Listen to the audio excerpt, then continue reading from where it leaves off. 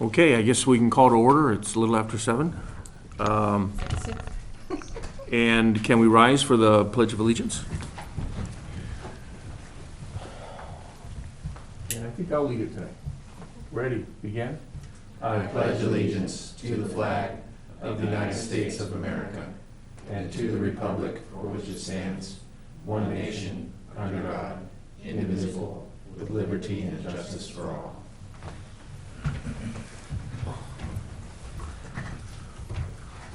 Okay, Steve, I guess we're ready for a roll call. Commissioner Roddick, Here. Commissioner Ittner, Here. Vice Chair Rylander, Here. Chair Haney, Here. Commissioner Basor, Here.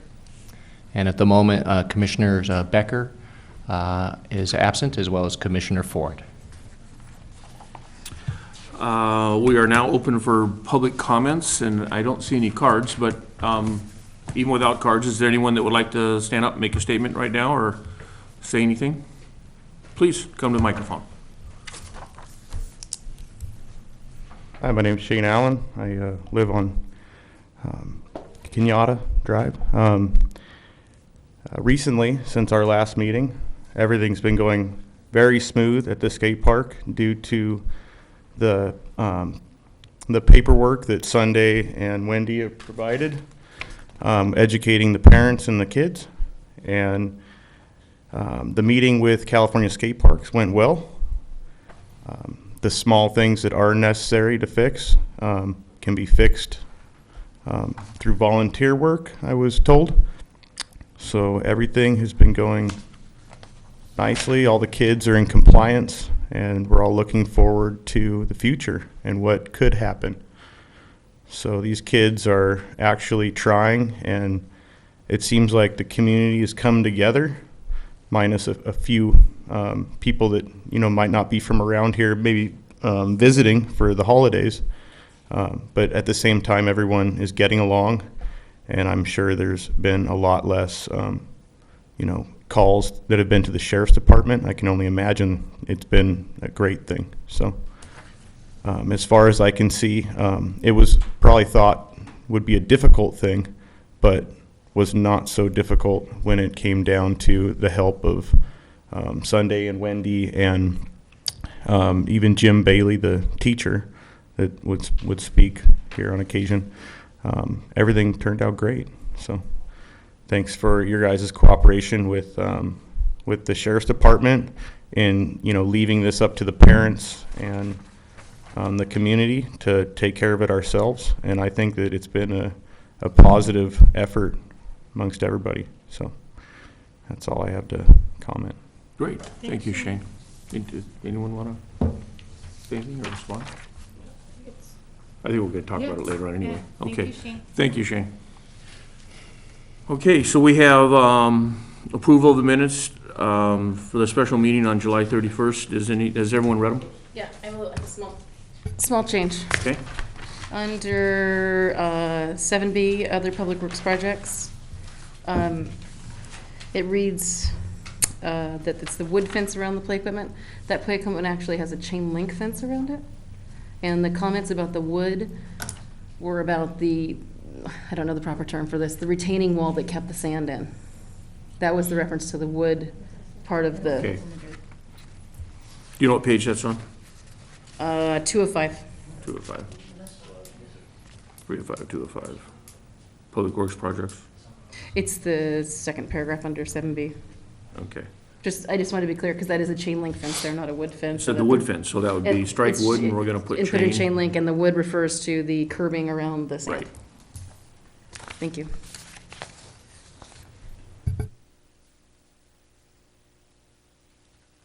So that's wood border.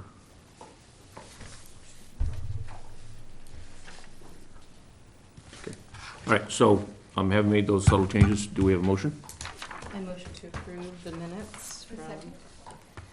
And we have a second? And all in favor? Aye. Aye. Aye. Okay. Police Department report. Sir, you have the floor. Good evening, I'm Guy Moody, I'm standing in for Rick Harwood today, so. We haven't really had any significant issues in the city. We're continuing our extra patrols of the arcade and the parks, and we have had a few petty thefts. We've put up a reader board at the Bank of America parking lot, encouraging people to lock up their belongings in their cars, and most of the thefts we've had have come out of like unlocked cars and whatnot. So so that would be a big help. So we're just trying to educate the public to lock up their belongings. But that's really all I have to report. Great. Okay. Does anyone have any questions? Wonderful. All right. Thank you very much. All right.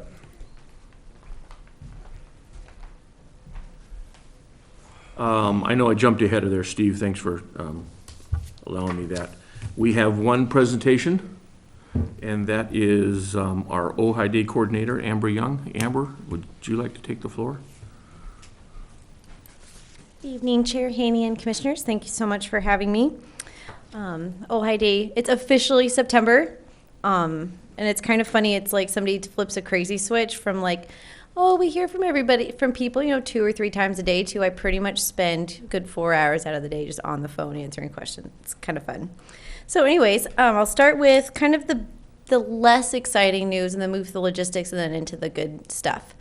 On the less exciting news, the Caltrans permit and the equipment that they're requiring for us to rent from the Barricade Company has significantly increased this year, which is disappointing, but not something that we have control over. In addition to that, our Ventura County Health Department fees have doubled from last year. We used to receive a 50% reduction in fee because we're a government agency.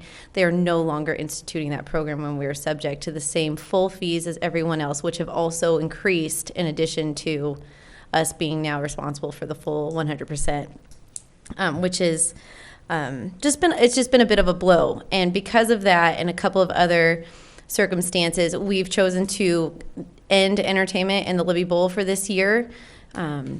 It's having entertainment in there is a large expense, and to be able to have the budget be more sustainable, we've decided to just forego that for this year and possibly opening up that door in the future. It's also, although it's part of the park, it's interesting how difficult it is to motivate people to move down there past all of the excitement, past the bounce houses, and to get down into that area. And so attendance on it hadn't been particularly great over the last 2 years, although the entertainment on it has been spectacular the last 2 years. It was just hard getting people into those seats. So so for those reasons, we decided to just not have it this year and then possibly revisit in the future. Does anybody have any questions about entertainment in the bowl? Amber, my question is, we made that decision. Who's we? Me. Okay. I didn't know if you had a committee or not, but so that's just needed to know that. I have committees for some things. When it comes to I talk it over with my superiors, and we kind of come to a consensus. It's not just me saying we're going to get rid of this and add that. No, I definitely have conversations with my superiors, and it's a joint conversation. So, and the increased cost in the barricade service wasn't anything anyone wanted to negotiate. Caltrans. I don't think No, Caltrans, there's no negotiation. And Caltrans is a highly regulated, effective body in keeping everyone very safe. And there's no negotiating what equipment they are going to require. And our barricade company, RP Barricades, really just works with us and does the very best they can to get us a low cost. Going out for bid for those services in the future is certainly something that the committees and whatnot could certainly consider. I'm just curious what the fee is for, because you're already paying, you're bidding out for the barriers, but why is Caltrans, why would they raise it? So I'm not entirely sure why they've raised it, and so the way the Caltrans permit works is we, the city, submit our permit application to them with a traffic plan that is provided to us by RP Barricades. The Caltrans waives our permit fee because we are a government agency. but then they require RP barricades because they're setting up the barricades to file a double permit, and they charge them for the permit. So of course, then they just transfer the cost back to us. And I don't know for certain that the cost of the permit is going to go up significantly. I do know that when they approved our permit, the price that they quoted on it was double what they ended up charging RP barricades for the double permit last year. Amber, I can't understand why Caltrans is charging the barricade company. Are you putting them in charge of all the traffic control? They are not in charge of the traffic control. They are only in charge of the equipment setup and takedown, and why they require the permit of them and not the people controlling the traffic, I don't fully Well, understand. I suspect it's because they're the ones that are developing the site plan, Insurance. which is a big part of it. That would certainly make sense. Excuse me, can't our Public Works Department design a plan? I mean, we have an architect. Can he design a traffic control plan? Well, then. I can actually answer that question. We certainly have the capacity to create a traffic plan in-house, and what we don't have is the sheer volume of equipment that it requires to close down Ojai Avenue the way that we do. It's just a huge amount of equipment, and we just don't have it. And I think as far as labor is concerned, from what I understand, it would be significantly more expensive to have our people working on overtime over the weekend than to contract it out to a barricade company. Does this beg the question, though?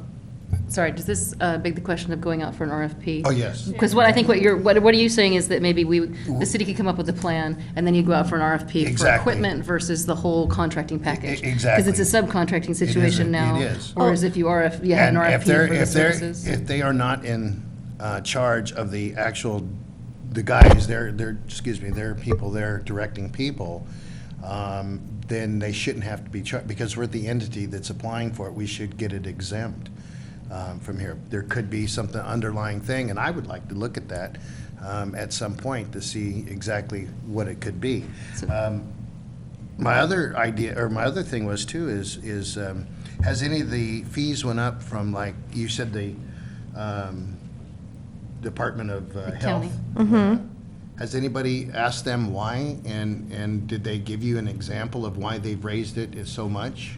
I did speak with the people that we have contact at the county health department, and the way that department is structured is that the people instituting changes to the fee schedule and creating policy are separated from the people who are actually on the ground working with people. So I haven't spoken with anybody higher in the county health department beyond my points of contact, and they are, they're policy institutors, not designers. Okay. So I guess my last question on this would be, that the fees were increased, did you get any notification? Because you were writing a budget, and when did we submit for the fees, or when did we submit for the, when did we place our application so that? So our applications went up, I believe, on April 1st or the 15th, and we're not notified that the fees were going up, and they went up and were effective on July 1st.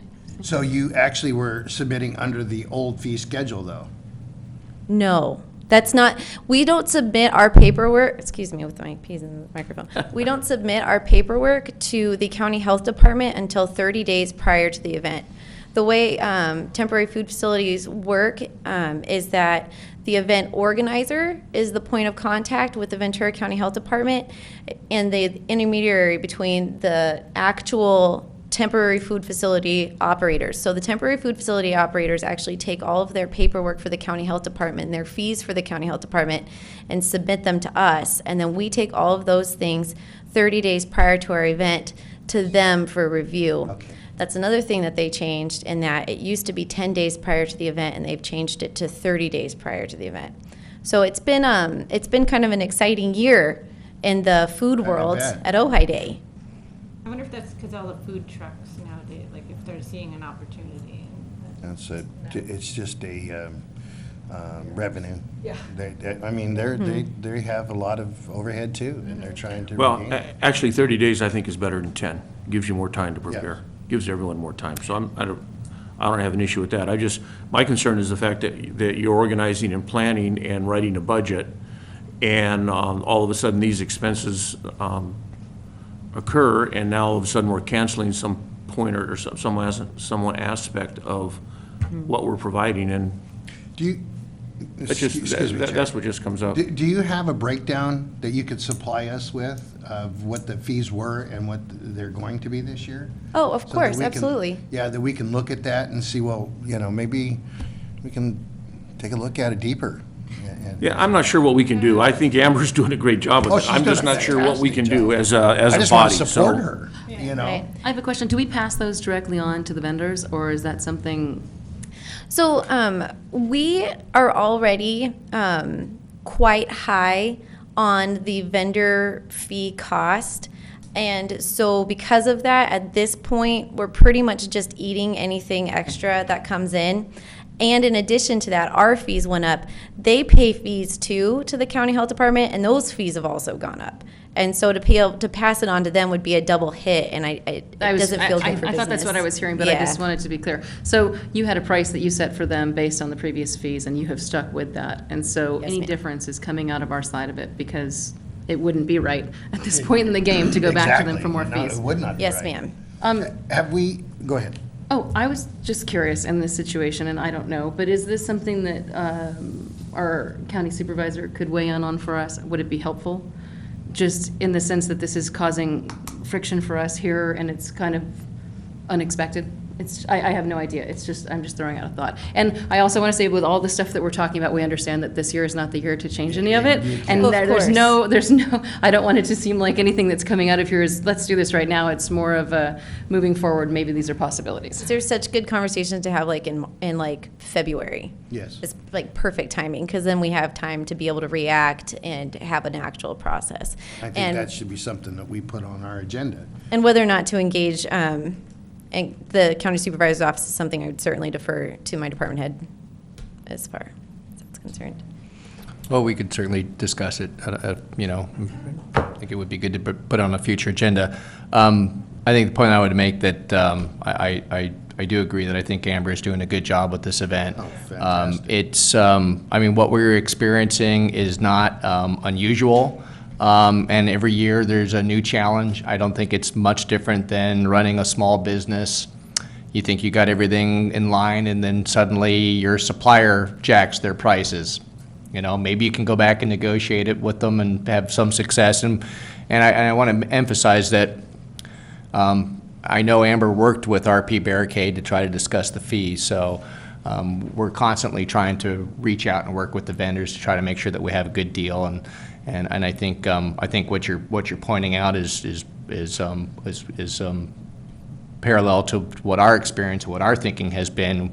At some point you reach a point in the relationship when you say, gee, it's probably time to go out and take a look and see what else is out there and see if we can possibly get a better deal. So we're constantly reevaluating the event and everything that goes into it. We've done a lot over the last few years, I think, to try to pare costs down without really sacrificing or impacting the event in a negative way. Certainly these are real challenges, and we can certainly discuss a little bit more. But on the whole of things, it's fairly par for the course. It seems you get a break somewhere, and it seems like it gets taken away from you somewhere else. So. I know our goal was to try to continue to reduce the losses each year, and I believe our goal for this year is to basically to come within 10,000 of the expense of the event. So, and I think we had lost over 25 a couple of years ago. So 21 in 2012. I think we came in somewhere around 9 in 2013, and I hope to continue to be able to reduce that while not curtailing service or quality of the event. And that really comes from, at this point, those deficits go down when we have stronger sponsorships and more community involvement. And so that's what we're working on as far as the bottom line is concerned. So. Amber, as a contractor, we get surcharged all the time on fuel costs and on different aspects of materials coming to our jobs.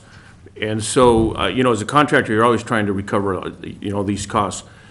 So you can either put in your contract, this is just a, for instance, that these fees might go up, and there might be an additional cost required based on, you know, this year's experience, whatever that percentage is, you could throw it in there. I know, for instance, when I have concrete delivered to a site, there's a 20% surcharge on fuel. And it's right up front.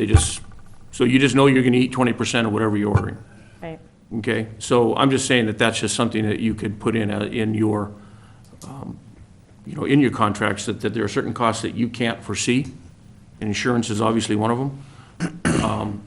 Because those are not, you know, you don't have control over that. You don't have control over Caltrans raising fees. It's just a thought. You might be able to put something like that in there. That could be something that yeah, I think Amber will look at, I'm sure, later on. My thing is it's such an important event for Ojai that you know, the cost, I know we're trying to break even and everything. I don't really think we're going to. I think we're going to be at a loss, but what the benefit that we get out of it for people to come into Ojai, that's where I think we start looking a little bit further. We need to start looking out to, for instance, the Chamber of Commerce needed to support us, different other organizations. We even talked about at one time of taking and getting off the main drag so we didn't have all those other permits and putting it on a street behind. I don't know if that would still indicate that we need a traffic plan and all that other for back there. If it's back behind there, I think that, or in another street, I think that all we'd have to deal with is the sheriff's department with a traffic plan and go from there, and maybe notify Caltrans and say, hey, look, we're doing this year, so. A lot of thoughts. It is so good. Let's Okay, you still have the floor. Amber's like, yeah. moving on to like happier things. Things that are going really well this year, I like to think. We have launched a new, really newly designed website that is a little bit more modern in appearance and more user-friendly, I hope. And that has been, and it's also much easier to edit so that keeping it current with information is a much, much simpler process. So I'm excited to see how using that for this year works going forward as far as posting, you know, entertainment schedules and new information. We actually have a blog post up right now about needing a teen stage manager, and so it's got a blog platform, and you can put comments in, so it makes it for a really simple communication tool for those who want to use it. We get a ton of spam in the comments. It's just unbelievable, probably 20 spams a day. So in that regard, it's a little tedious trying to go filter through that to find actual comments, and it's used-ish. And then in addition to... Will you tell us what the website is? Oh, it's www.ojaiday.com. Good, thanks. Yeah, of course. Check it out. And then in addition to that, we've stepped up our social media presence on Facebook, trying to average a post a day. Just, you know, reaching out, telling people what's going on, keeping them in the loop, at the forefront of their minds. Oh, I thought you had something. Sorry. So that's been really good. We've been averaging anywhere between 50 and averaging.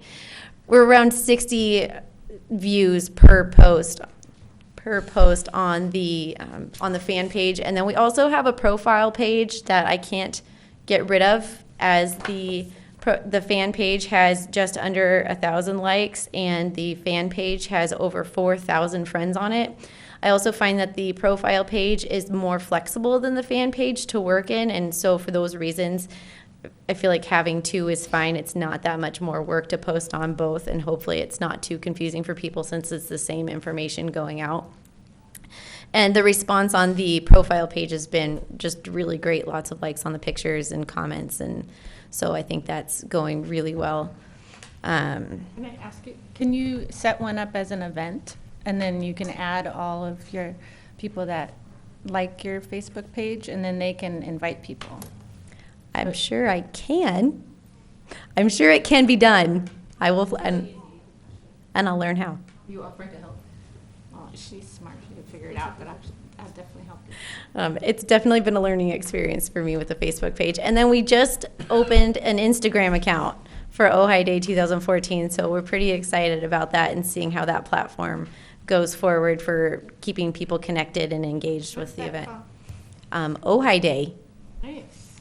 Yeah. So you can do things with all your flyers and have people tag it. Mm-hmm. You know, bits and stuff. See, it's going to be so good. I'm really excited about the new platform. Get the younger people. Yeah.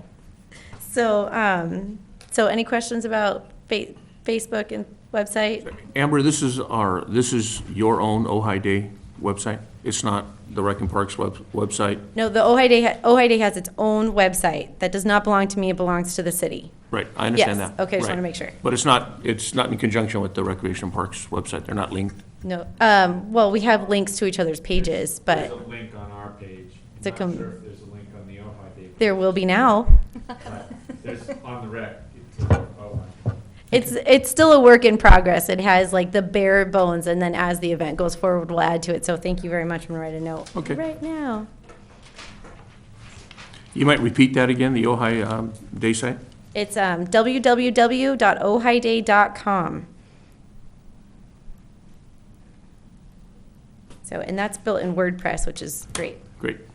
So, going forward from there, we have the poster art contest ended last week. We have a fantastic selection of submittals. I'm just beyond blown away. And and they will be going up on Facebook tomorrow for public comment. We did get permission from all of the artists to post them on our Facebook page, so that'll be a fun little way to get people engaged and also to see what people in Ojai want to see on their poster. I mean, it's their day. We should probably be doing that. And then the selection committee will be meeting next Wednesday. We will also, during the day on Wednesday from 8 a.m. to 5 p.m., have them set up in the chamber for people to come and view in person if they would like to, just so they can see them in real life, because they're really spectacular. I'm so excited. So, moving on to vendors, we have the deadline for vendor application receiving without a late submittal fee was on Tuesday. To date, we have received and processed 113 vendor applications. We have 26 vendor applications that we received this week alone that are waiting to be processed. At this date last year, we had 123 vendor applications in and processed. So we're tracking really well compared to last year. And last year we've overflowed with vendors and had to waitlist people. So I think we're doing really well. If you consider the fact that we take about 190 vendors during Ojai Day for our event, I mean, being able to fill that up is pretty significant. So I'm really happy with that. Our vendor liaison, Rosie Razzo, is doing an amazing job at processing everything, and she's a great communicator and just a huge asset to the event. So that's been great. Questions about vendors? Excellent. You get forms from me. Yes.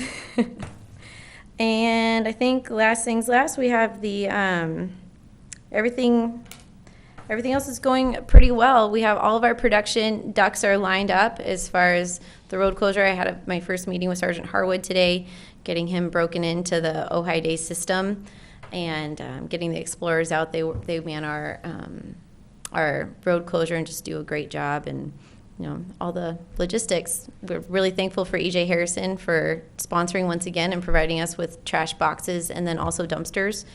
It's really generous of them and a huge need, so that's really great. And yeah. What does the, Steve, you might be able to answer this one, or Amber yourself. Does the Sheriff's Department charge us for anything? Yes, we do. The Sheriff's Department does charge us. They do supplement, well, they did last year. We're still working with Sergeant Harwood.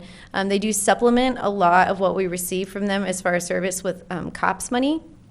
But we do pay to them an extra amount for per hour for people that are specifically working on Ojai Day for just us. And we do make a donation to the Explorer Posts for their amazing service on Ojai Day as well. And that allows them to do trips and further their education in Explorerness. So we're really excited about the addition of the skate contest, just got that firmed up and super excited. And the teen stage, children's stage, gypsy gazebo stage, all coming back. Beer and wine garden, bubble rollers are locked down, camel rides. It's going to be amazing. Those are very popular.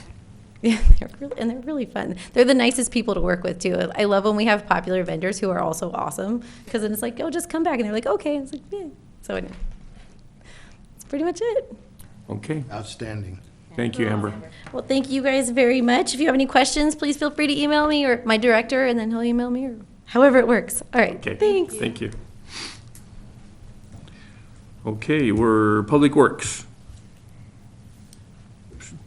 Steve or Softly? I don't think we have anything to report at this time, so if you have any questions on any outstanding projects. I did check in with Public Works. There's been a bit of a delay, I'm not sure why, in getting the wood chips for Serzati Park, but that's still in progress, but I don't have a date yet on that. As soon as I know, I'll let the commission, I'll give that information to the commission. I can't think of anything else that's going on that we have any updates on, and Greg didn't have anything specific for us to provide to you. So if there's any questions, we'd be happy to try to answer them or pass them along. I just have one comment, and that's out there with around the fences and stuff. When they mow, they just leave it high. Somebody doesn't get off and actually weed whip around some of the areas there. Oh, okay.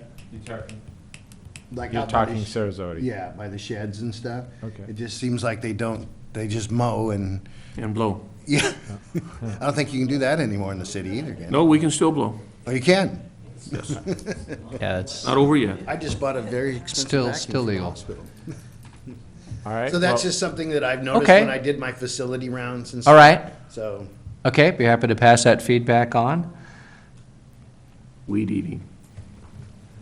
It's a good one, though.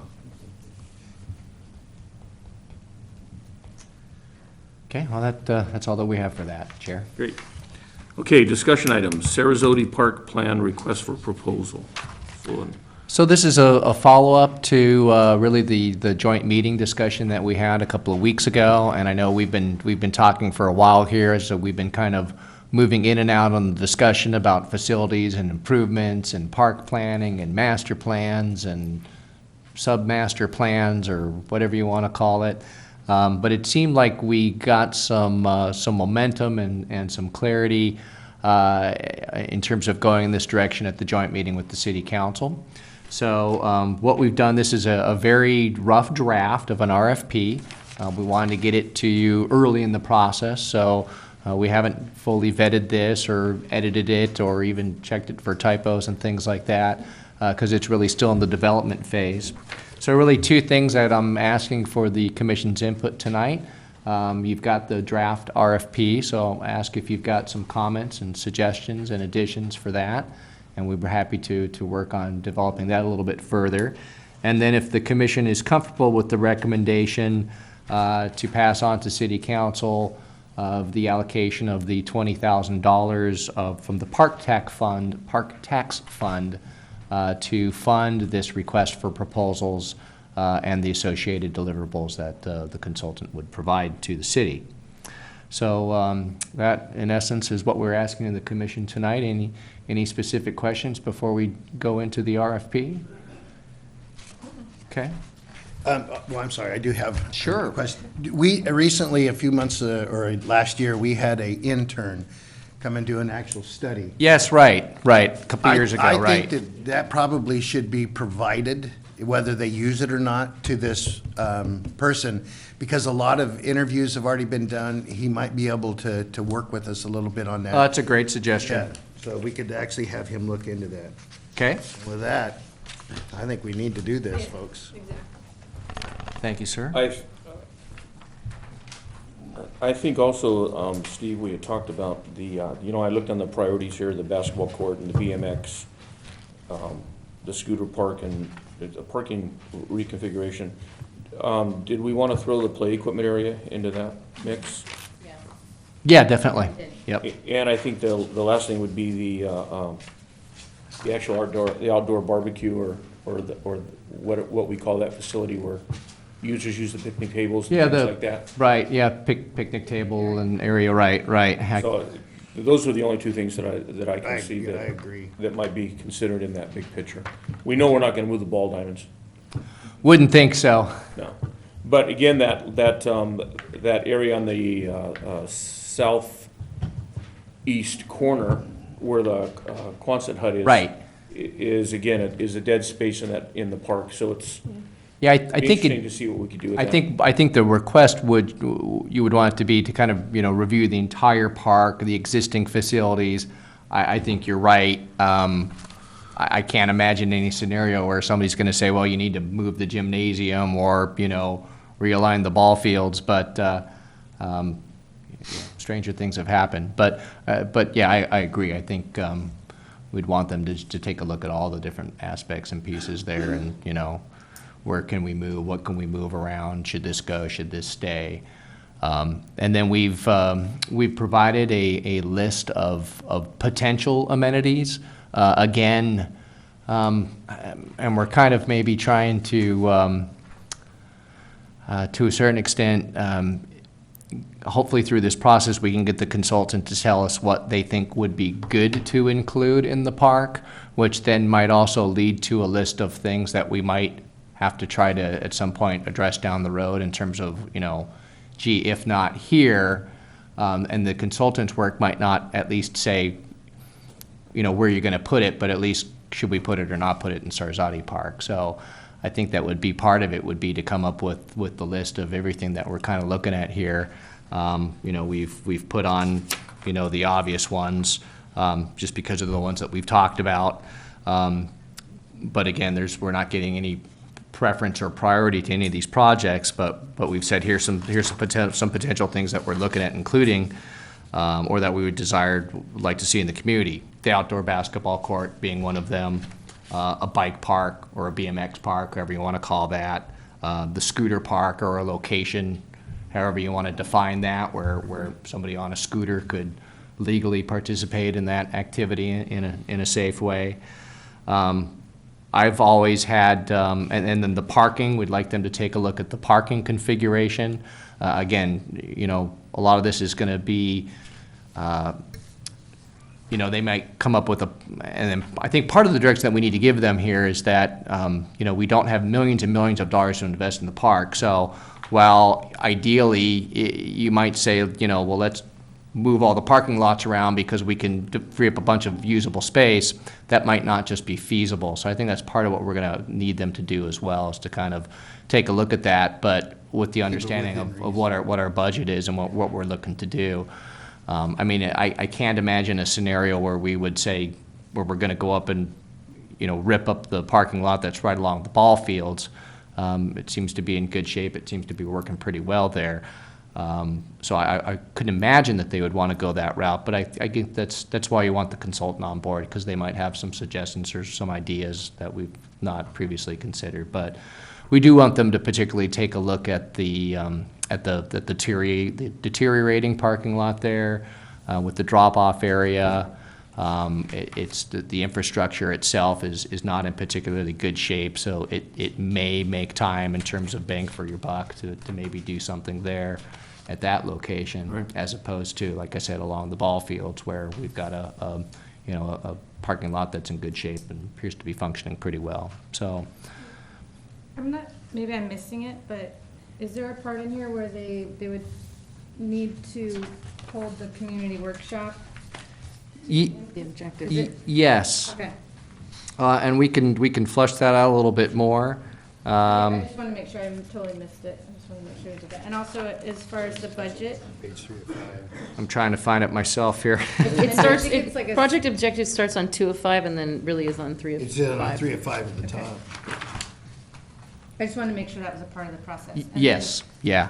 And then also the requirements, the submission, but I think that we need to also provide them with our 5-year plan so they know what we're working with as far as a budget. You're talking about the CIP? Yes. Okay. They know, I know that when we worked on the skate park, it was always working within the budget. So you can have these grand ideas, but this is what we have. That's an excellent Not- suggestion. Not that, like, we can't have these grand ideas and work towards things like that, but really, like, this is what we have, what Yeah, can we do with this? I think that helps with the Not- context considerably, so that's a great We can suggestion. always change, like, if it's one thing before another, but staying within what we've budgeted for.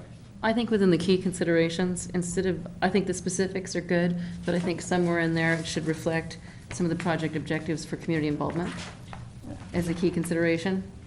Yeah. Because what you were saying is you read it and that wasn't the, what Yeah, came I'm to not the- seeing it that's like not a what came to the priority. forefront for you. So Yeah. maybe we could reiterate part of that as a bullet point in the key considerations, Absolutely.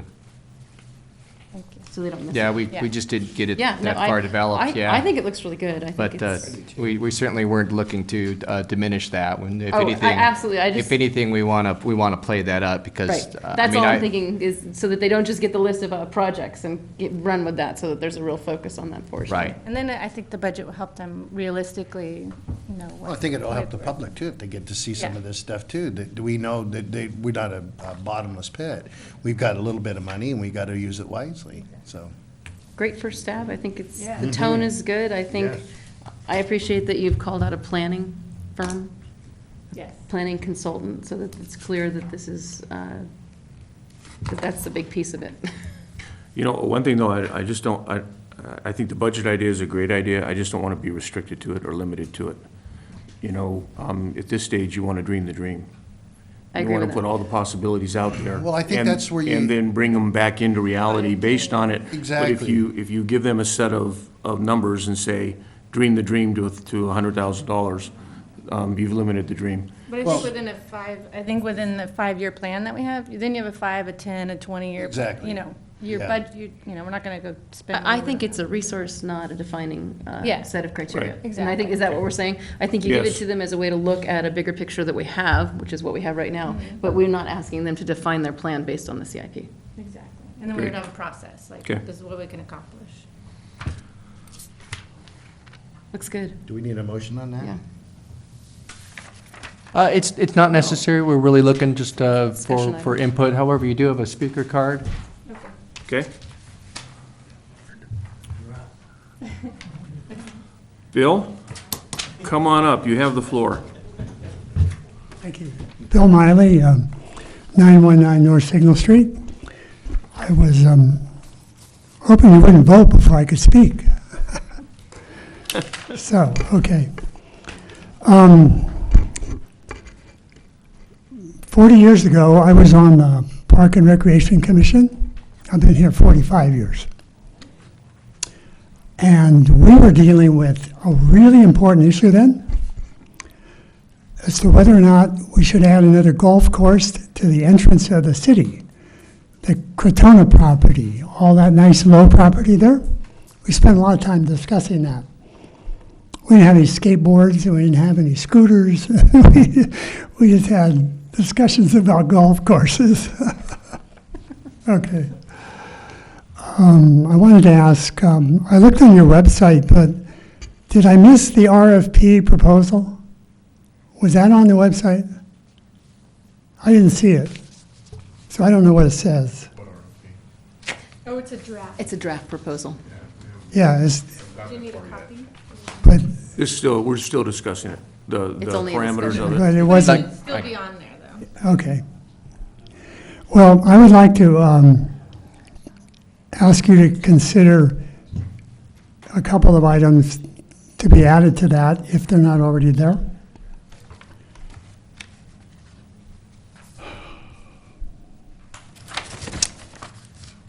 Part of what happened in the past, and I can't tell you the year, but one time when the Boyd Center was completely rebuilt, there were many community firms that gave materials, staff, workmen, and that was part of the ability for that Boyd Center to be rebuilt without crunching the city's budget. I kind of remember the banners that were up for years indicating one of my neighbors was a painter, foil painting, and his banner was up for years because he'd helped out. So that might be something to consider, that it's not just the city's budget that's going to go into this, that there are a lot of companies and firms and people in this community that might add logistics, stuff, and money. It's good. Okay. I would also like to see in the proposal, if it's not there, a section that deals with new and developing and coming sports and recreation activities that haven't happened yet or that are just happening. We have a neighbor family who we're now very good friends with. They have a 6-year-old and a 12-year-old. And I spent some time with the 12-year-old last week, about 45 minutes, talking about skateboards and scooters and BMX bikes. And he's gone from skateboard to scooter, but he also rides BMX bikes. So he's got his own opinions about what you guys should do. But I would hope that maybe the grounds over there, you could look at those grounds to see whether some new sports and activities could be embedded there rather than having to fight the school district and whatever. So I would hope that would be part of it. Look at developing sports that are getting more and more people into them, or recreation activities like scooters and BMX, and anything else that I don't know about. Okay. That's part of the dream, and I think the dream can be somewhat reality. Like you guys are already doing this. You're dreaming about a bike park someplace, and some of you, I don't know how many, are dreaming about a scooter park someplace. A lot of kids out there, I understand, are.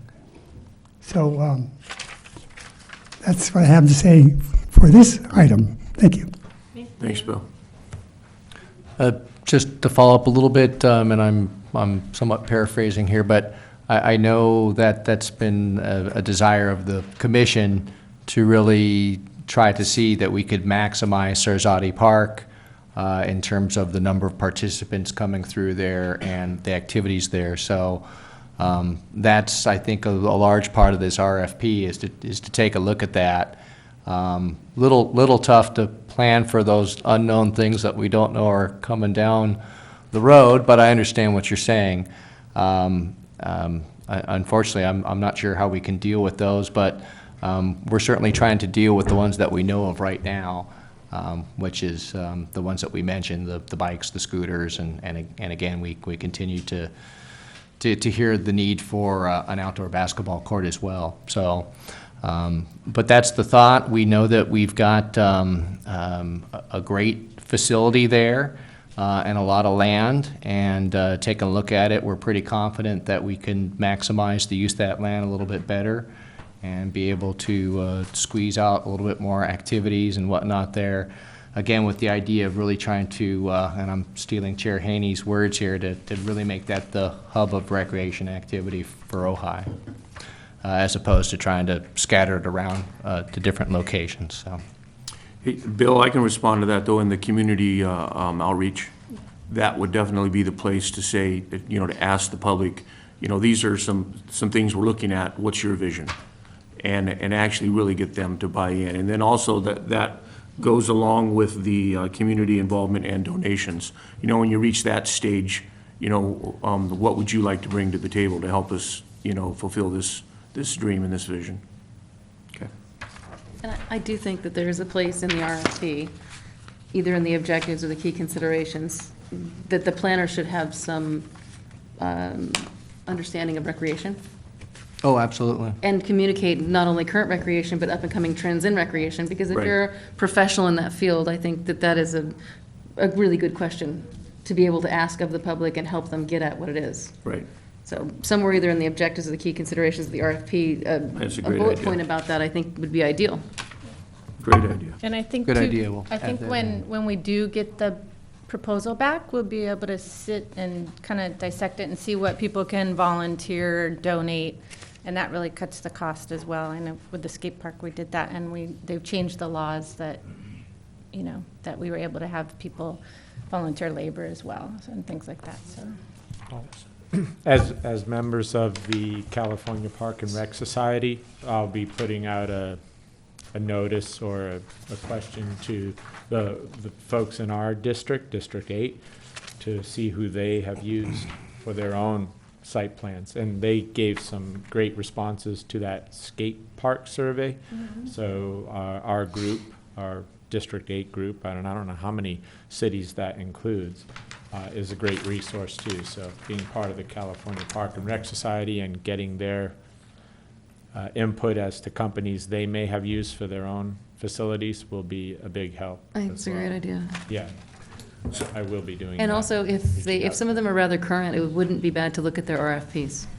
If they're willing to provide those to you, or you can go look them up, successful. If you find some agencies that you felt had very successful process, it would be worthwhile to see how they wrote up their RFPs as well. I will ask if they will submit them or include them in their responses. I actually have a couple that I've been working off of, and I'm happy to share these with you if you'd like to look at them. I actually have one from Del Mar, and one from San Mateo. So we're borrowing from those a little bit. Yeah, it's good, it's good. Great. Okay, any more questions on this? Any more questions? Okay. So Chair Haney, there is an additional item on this. If there's no further comments or input on the draft RFP, I would ask that, though, if the commission wants to make the recommendation on the funding of this from the Park Tax Fund, that should be done in the form of a motion as a recommendation to the City Council, if that's something that the commission wishes to entertain. Are we ready to do that before the RFP? That's it. So I guess a little quick history on that, maybe for the public. Since the 70s, there was a park tax fund that was established by the city.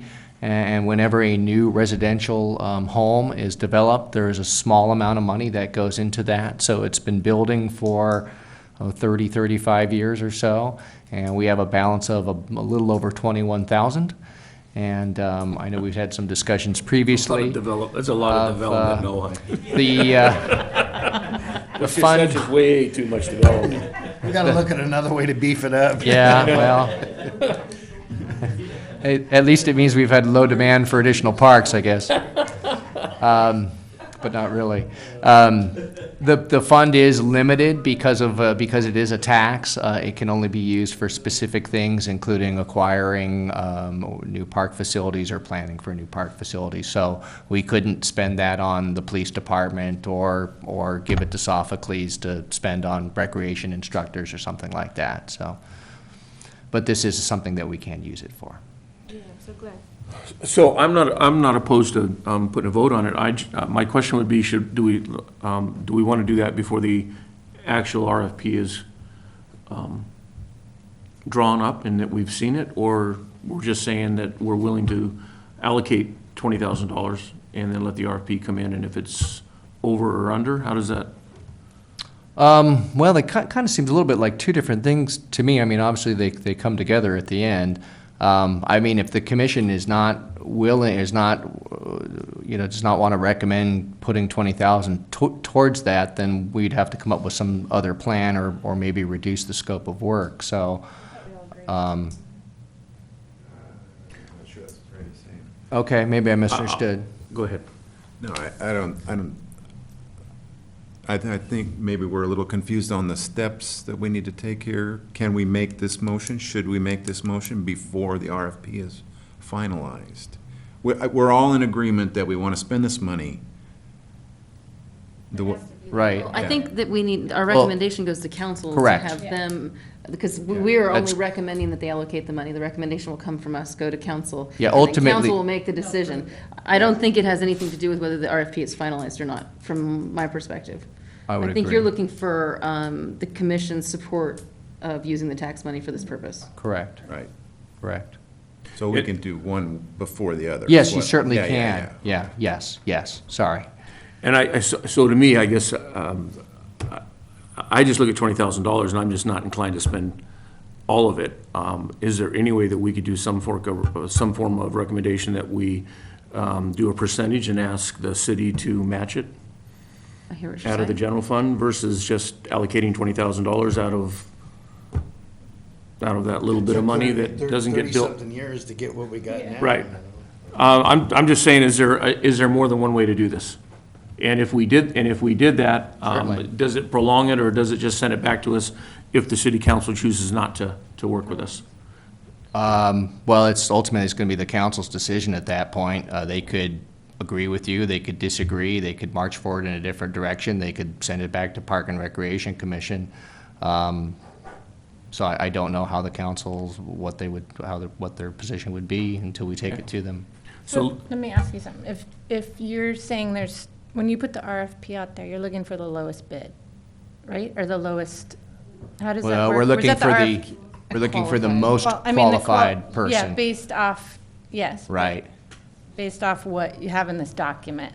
Yeah, and of course, But you the do- budget obviously dictates the ultimate scope of work what I and mean, the so- project and the deliverables and all that. So, I mean, we could. $20,000 right now, is that what? Are you asking if that's enough? Is that your question? Yes. Is that enough? I mean, we've talked about before that. Well, it's scalable.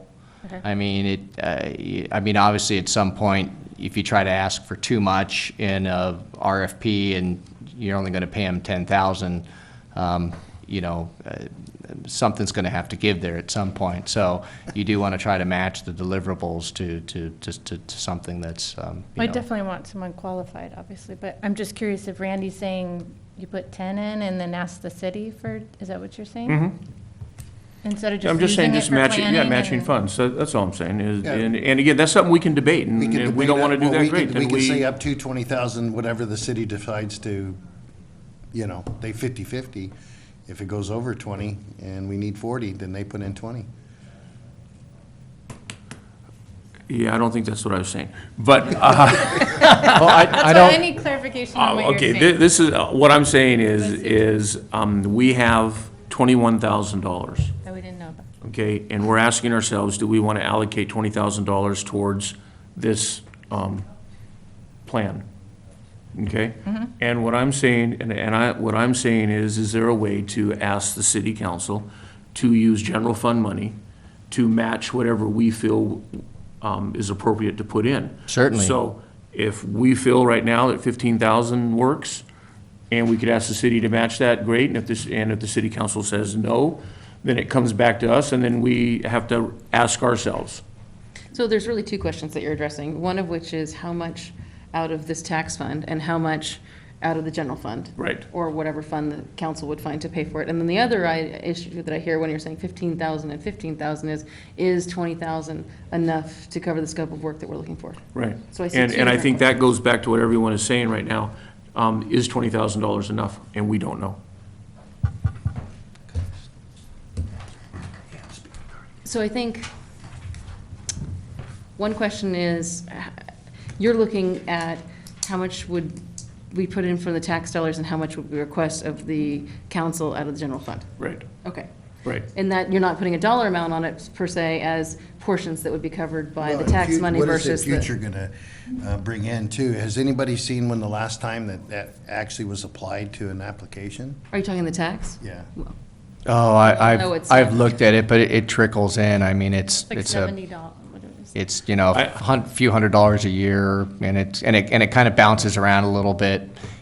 Some years you'll get nothing, a couple of years maybe you'll get a couple $1,000s. It's not gonna I think replenish the path anytime of least soon. resistance is to allocate $20,000.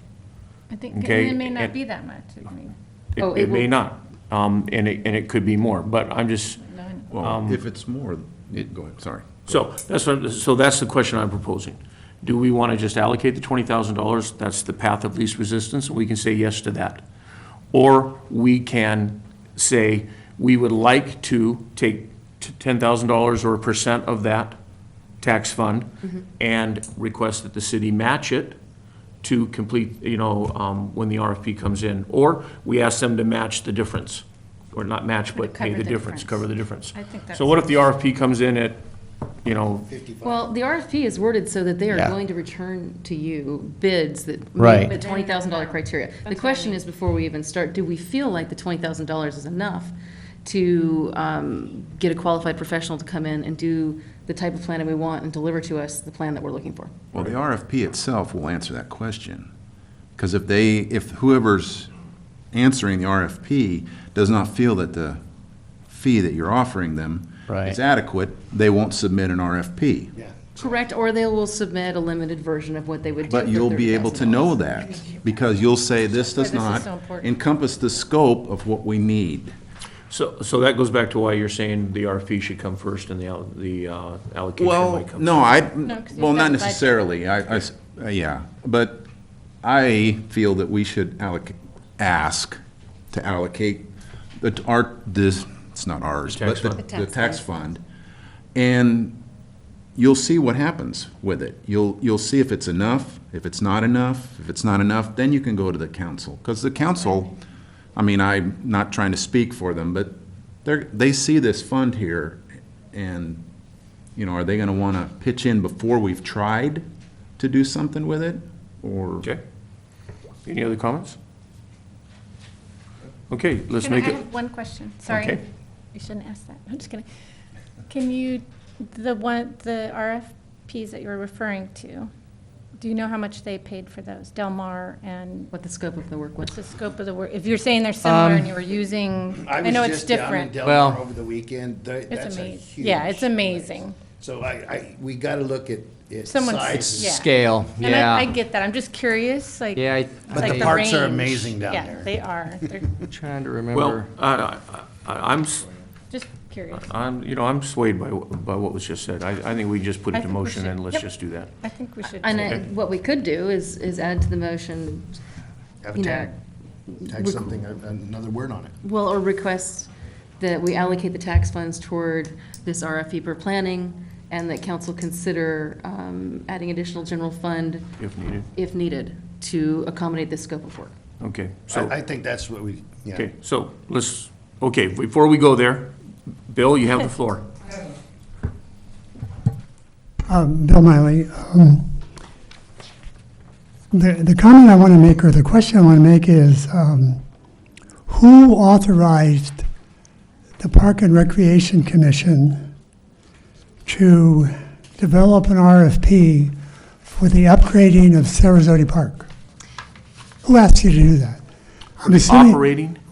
No, who authorized the Park and Recreation Commission to work with the city manager to develop an RFP to upgrade Sarasota Park? City Council? We just had a joint meeting with city council. Then, my logic says, if the city council asked you to do that, you should ask the city council for the money to do it, rather than taking it out of your small pot and the 35 years of the pennies that have been contributed. Go back to the original authority and say, we're ready to do this, we're ready to fund it, and we think we need $37,000. Right. And I would hope that you would do that before you spend your 20. Keep the 20 for a while, folks. Go back to the authority who told you to do it. Mom says, go get the milk, Bill. Well, I don't have any money. Well, here's the money. So, thank you. Thank you, Bill.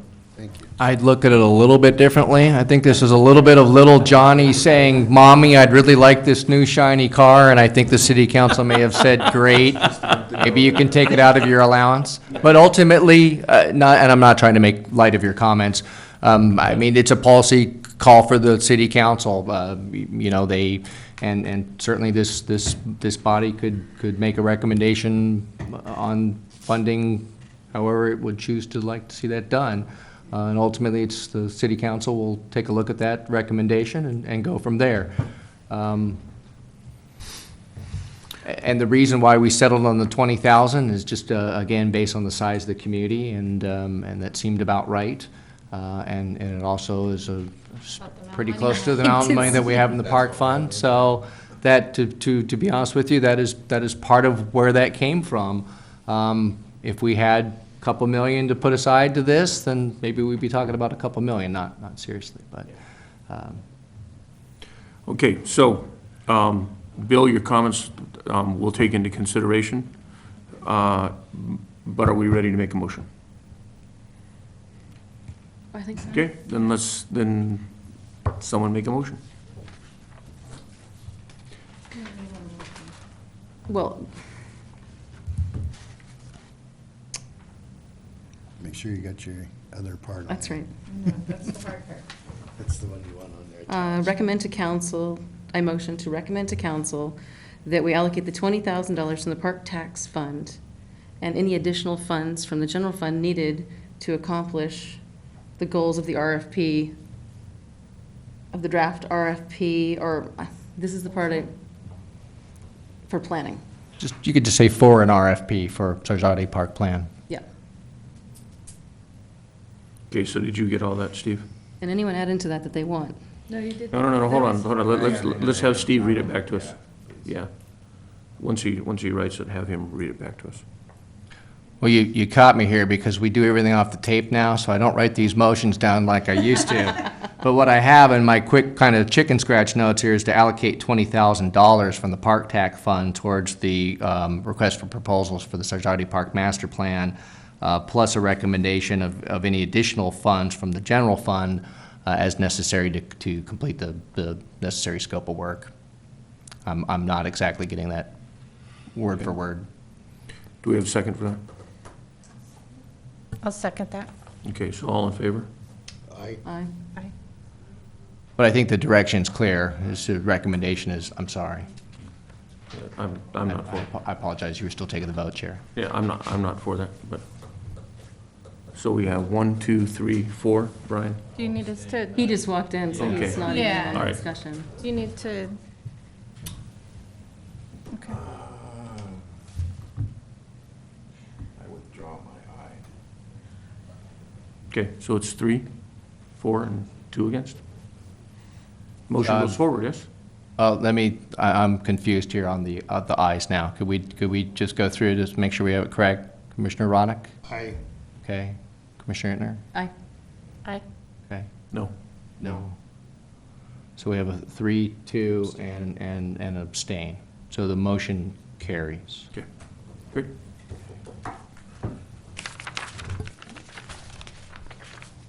For the record, that's my first no ever. No. You might be there when we You're ask. practicing. We got a couple months, right? Okay. Skateboard park update. Steve? So this is a follow-up, just discussion to the joint meeting that we had with the city council last month, talk about the issues at the skateboard park and supervision and potential changes and whatnot. The one thing that seemed to come out of the meeting, well, not the one thing, but the one significant change or deliverable that came out of the meeting was there seemed to be a desire among the Council and Parks Commission to take a little bit closer look at a provision that we're seeing, Laguna Beach.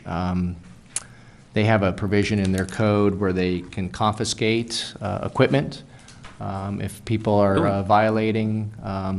The Laguna Beach ordinance is actually, it's actually interesting. The Laguna Beach, that I did not find that they have an operating skate park. Maybe they did at some point. So the intent of their ordinance is really to address persons who are out on streets and sidewalks and things like that, who may not be wearing helmets and protective equipment. I just got some word back from the police administrator that handles that program for Laguna Beach. So I just heard back from him this afternoon. So we're looking through his response.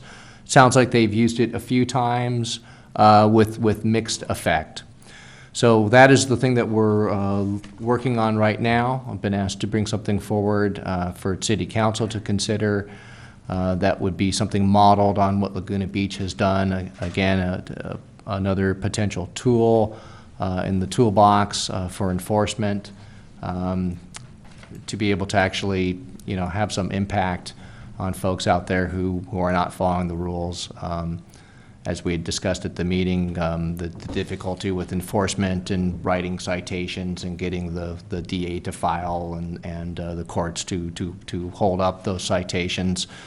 So the direction that most people seemed to settle on that evening was they liked the idea of the ability to confiscate the equipment. So that's what we're looking at right now. Been asked to prepare something for the October 14th council meeting on that.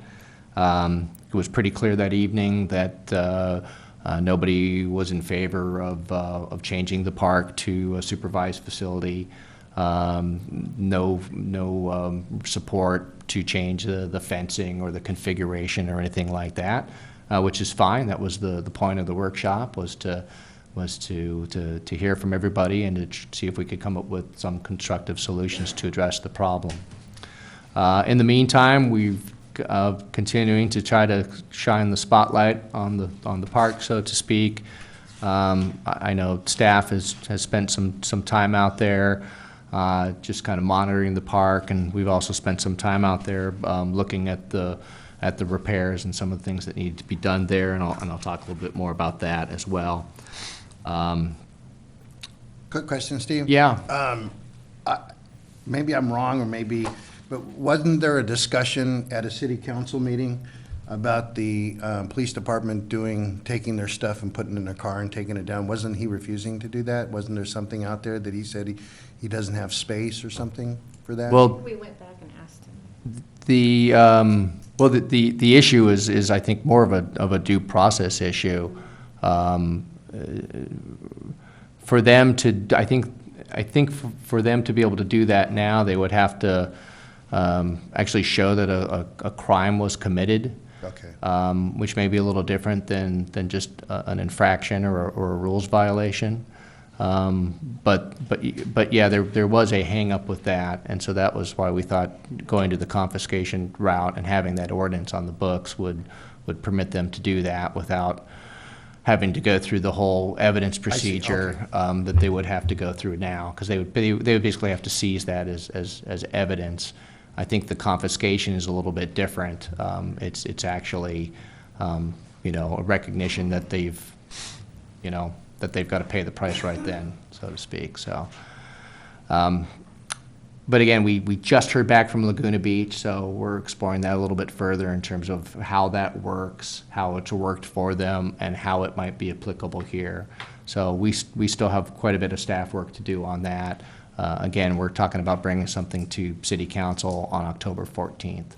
So we still have some work to do with the staff level before we can get that all figured out. So prior to the city council meeting, there'll be a Recreation and Parks meeting. Is there any way you could vet it here so we could vet it to the public? Yep. Okay. So October meeting? Yeah, I think that'd be a good idea. Yep, that fits really well. So Okay. we'll plan on doing that. Is there anyone in the public that'd like to speak to that? Go ahead, Bill.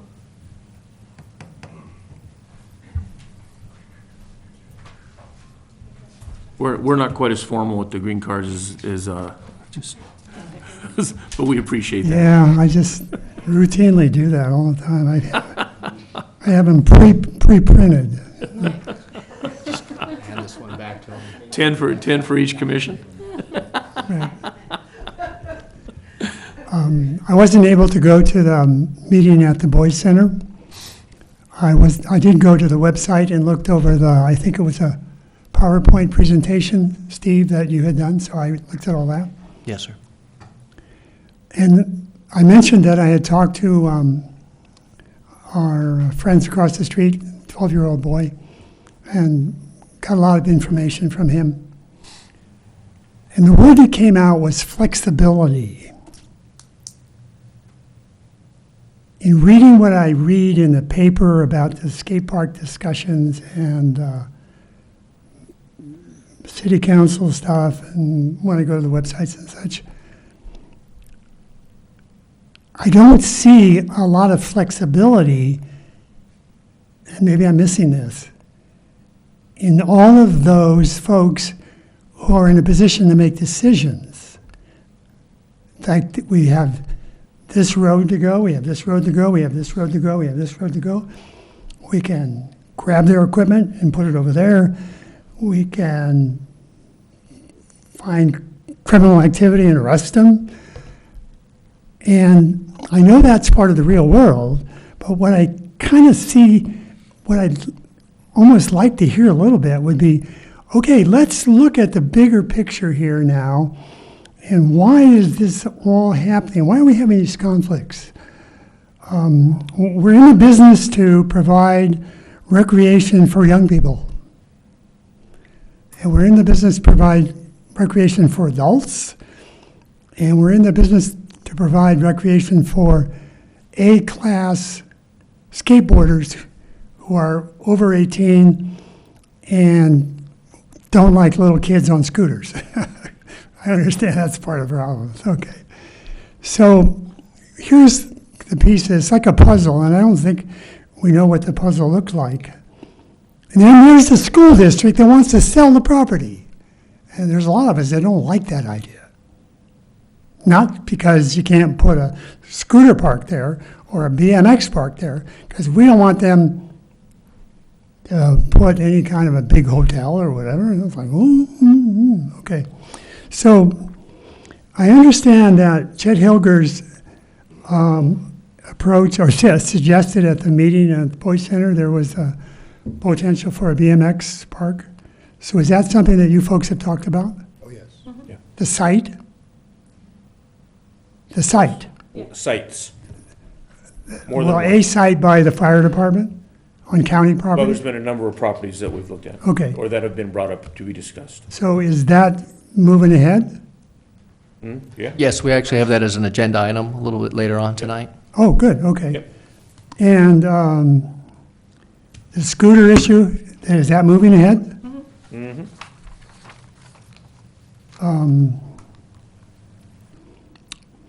Is there a way of solving the problem without penalizing people? I went to a website, I typed in on Google skate park management, and got Castle Gar, British Columbia. And There you go. they have a nice program. They talked about their summer program where they had the recreation department conduct. Have you been there? Have you looked at that site? Yeah. They have instruction over 2 months to teach kids how to do that. They loan them equipment if they don't have equipment. And I can just see all this positive attitude and feelings. You got some of those A-class skateboarders, and put them through a class on how to instruct, and you get them to instruct, and pretty soon there's no problems. Anyway, that was just a thought. And so I want to leave you with flexibility and involving some of the people who may be the problems, and to help do other things. I like the idea of classes during the summer. That's a really good idea. Yeah. My name is Peter Green, and I live at 559 Tico Road.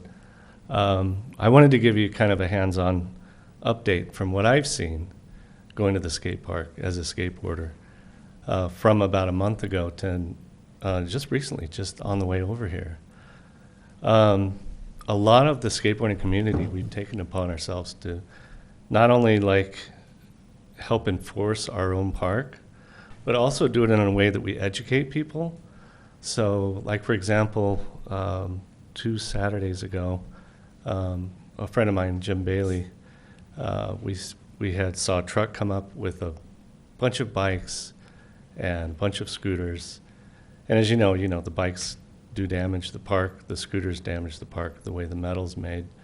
But instead of trying to confront the parent, we walked up and we said, hey, we don't like to do this, but we have we might lose this park if we don't kind of enforce this. And it's not that we don't want scooters, it's not that we don't want bikes, in the park. It's just because of the way things have been set up with law, we can't have it. And rather than us potentially losing the one place that we can go to, let's all work together to see if we can get something going for a bike park and for a scooter park. And I made a little joke, and if I come in there, you can kick me out. And that went over really well. And I've noticed within the last 3 weeks, 4 weeks, every time I've gone to the park, there hasn't been any problems. There haven't been scooters. Tonight, I didn't see one scooter, one bicyclist over there. So I think the community, the skate community's come together, and I've seen it in action, and it's working. And I think it's going to help alleviate a lot of these problems. And I do appreciate, and I think it's important that there's things, guidelines set aside, policies about, how to enforce things, but also to understand that our self-governing type of mentality, it's spread and it's working. So it's going well. So that's it. Thank you. Thank you. Thank you. Any other comments? Okay, Steve.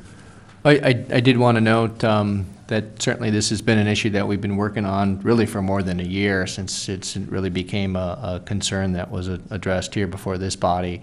And some of the things that we've done recently that we think have helped, although I'd be the first one to say that I really believe that the public outreach efforts and the efforts of yourself, Mr. Green, and Jim Bailey and Shane and others to try to, engage these folks in some constructive dialogue, I think has started to win some hearts and minds out there.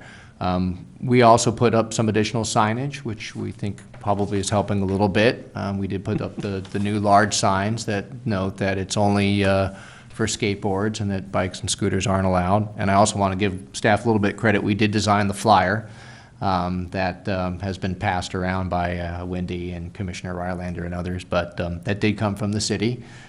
So we've also been part of that effort in a small way. And I want to say it really helped because it had the city logo and Parks and Rec on there. So it was it was everybody doing it. So people definitely recognize it. We've also had, I think, we've had some good support from the Ojai Valley News as well, trying to dig into the issue and understand a little bit better what's going out there. So I thank them for their efforts and also to kind of help, I think, explain and educate what's going on at the skate park. That helps too. And you have it here. Let me just add, on your big postcard that went out just a couple days ago, it talks about only having bikes and scooters in the park. If you flip open the front page of your activity guide, it also talks about the same, just only having skateboards and no bikes or scooters in the park. And I'll also add, I think no bikes in the park have come from the help of the Bike Coalition too. I know they're talking That's a true. lot to their cycling group to say, please stay out of the park. If you want to see a concerted effort to have your own bike park, if you're showing some cooperation with staying out of the skate park, it'll go a long way to that end. So I know a few people from that Bike Coalition are asking their contingents or their groups to stay out of the park. So that's helping as well. Yep, thank you for bringing Yeah. that up. That's true. I think that came from, Betsy, was that you who made that comment at the city council at the joint session about being responsible and demonstrating responsibility, so that we in turn could help you? I think that was by you or Carol Smith. Someone made that comment, Yeah, and it makes sense.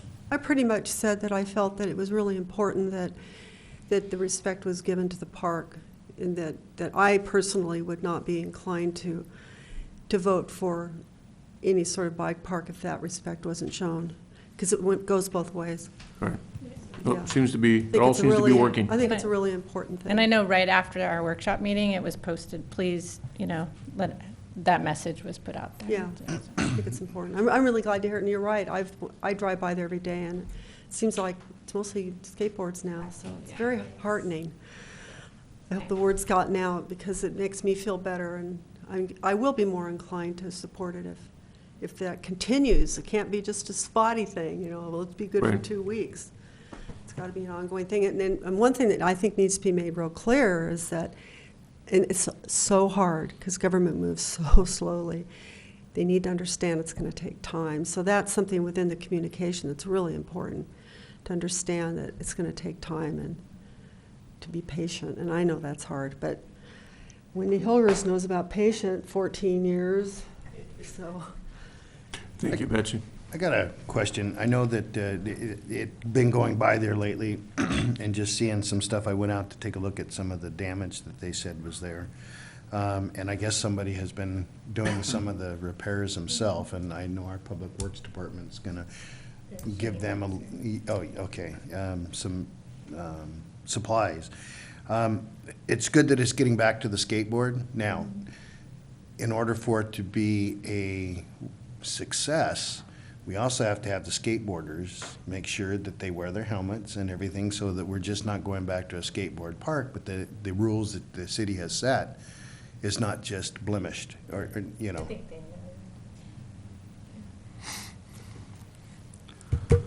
Hi, Steve. Well, that's a good segue into the discussion on the maintenance inspection of the park. So I hesitate to ever challenge comments that were made publicly, but I have to say that some of the comments that were made at the joint workshop regarding the overall condition of the park were not entirely accurate. No. And I don't want to disparage the efforts of Mr. Allen in any way, because I think he's been a tremendous volunteer and he's been very helpful to myself and also Public Works Director as we've gone through this process. But and it's also not to say that the park is perfect or didn't have any wear and tear or that it doesn't need some attention. But I don't want the public or the commission to get the impression that that we were letting the park languish out there. I was prepared that night, if necessary, to call up one of our staff members who goes to the park every 2 weeks and documents that inspection to put him on the stand, so to speak, to give his testimony, but didn't think that was going to be productive trying to get into a tit for tat. But clearly, there is some damage and has been damage at the park, but it was not to the extent that it was falling apart. We found a couple of areas that do need some immediate concern, and we did find out that there has been, we were not aware of the volunteer work that was going on out there, and so it's kind of, I don't know why this analogy keeps popping in my head. It's like the shoemaker with the little elves that come out in the night and they do all the work, but he wakes up in the morning and doesn't. So we were kind of going blindly along and going, yeah, it looks pretty good out here.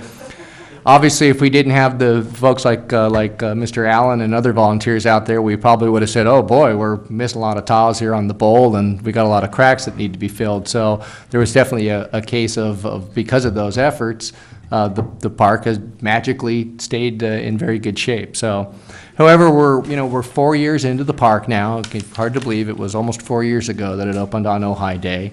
And we did meet with California Skate Parks, the folks who designed and built the park.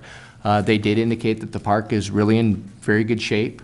Certainly it has some wear and tear, and it certainly, it seems coincidental, and maybe it is, but all this talk was probably good because I think it's about the right time to take a look at doing some of the work at the park here. So there are a couple things that we noticed when California Skate Parks came out, which is there are saw cuts in the concrete, and what will happen over time is a little pebble will get stuck in there, and this doesn't sound like a big thing, but a little pebble will get stuck in that seam, and if a wheel happens to hit it just right, it will pop out a piece of that concrete, and then you've got a crack, and then from there it just kind of builds over time.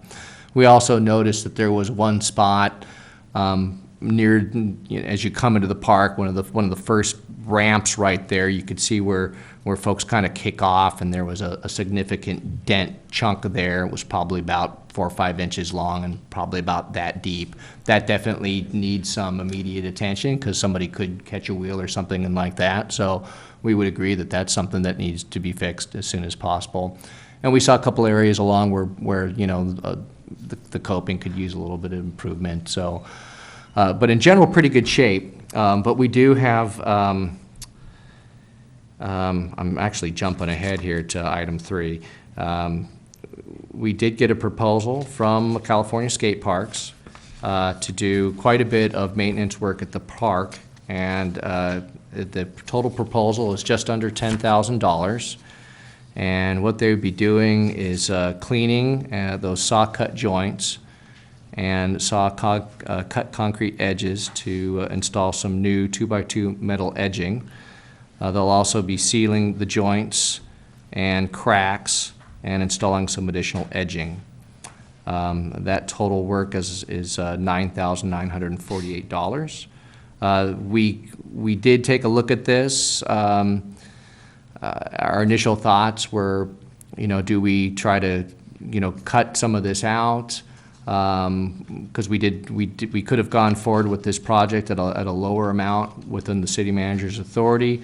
But then as we started to think about this a little bit more, we thought maybe it was better to try to take a look at trying to do this all at once, rather than do it in piecemeal and not know how soon we might be able to get back to it, in a couple of years. So, and of course, it's also advantageous because California Skate Parks, they're the experts who built it and designed it, and they are available to be able to do this work. So, so our recommendation at this point is to go forward and to do the full amount of the work. And and our plan would be to take an item to City Council to see if they would support that funding. And we're looking to pay for that out of the Parks Capital Improvement Fund.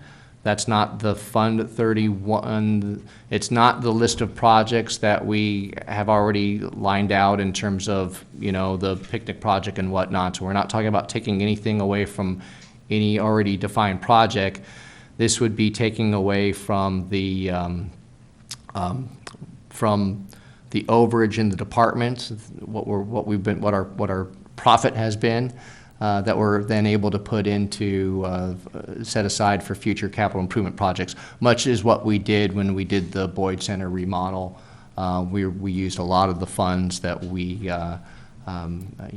because again, the department receives a set subsidy in general fund monies, and then we have our revenues that we bring in from our programs, and then of course we have our expenses, and anything that we're able to, any amount that we're able to exceed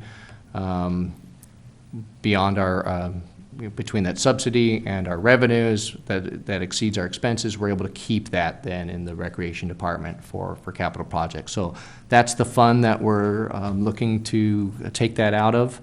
I don't have a firm balance yet for what we think we're able to achieve for this fiscal year. They're closing out the year, and we're very close on that, but we're not quite there on the number. But it looks like it's going to be, again, around $50,000 that we were able to exceed from last fiscal year. So the recommendation would be, even though we don't have that firm figure yet, we know that it's well in excess of $10,000. I think it will probably settle in somewhere around $50,000. I don't anticipate it deviating more than, say, $10,000 either way. So I'm very comfortable saying that we'll at least have $10,000 in that fund. However, if the commission would rather see that final number, we can certainly wait at that point, because I realize we're giving you something that's a little loosey-goosey there. But again, I'm confident that we're at least going to be 10,000 to the plus there from last fiscal year. Any questions? Just to clarify, we've never done maintenance there technically. No, it's been very minimal. I mean, as we found out, most of the cracking and sealing had been done by Shane and some of the volunteers out there.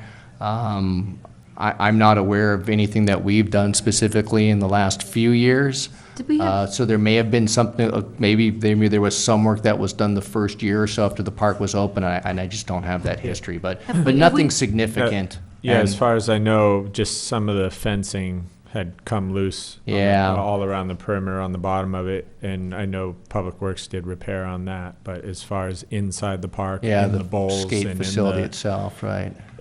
Steve, you have a as copy Steve of said, the it's in proposal? pretty good shape. It's in the, A 4-year park. Oh, now, do we have a Is it in there? budget line item for maintenance on the skate park? There's no line item for any budget? Thank you. no, there's not. I mean, it's been 4 years, was it ever Thank you. budgeted into the general? I remember we had a discussion, but I don't remember what happened. No, there's no line item specifically for maintenance of the skate park. No. Public Works has a maintenance line item. For the skate park? Well, just for general, General, okay. all city facilities, parks, et cetera, right?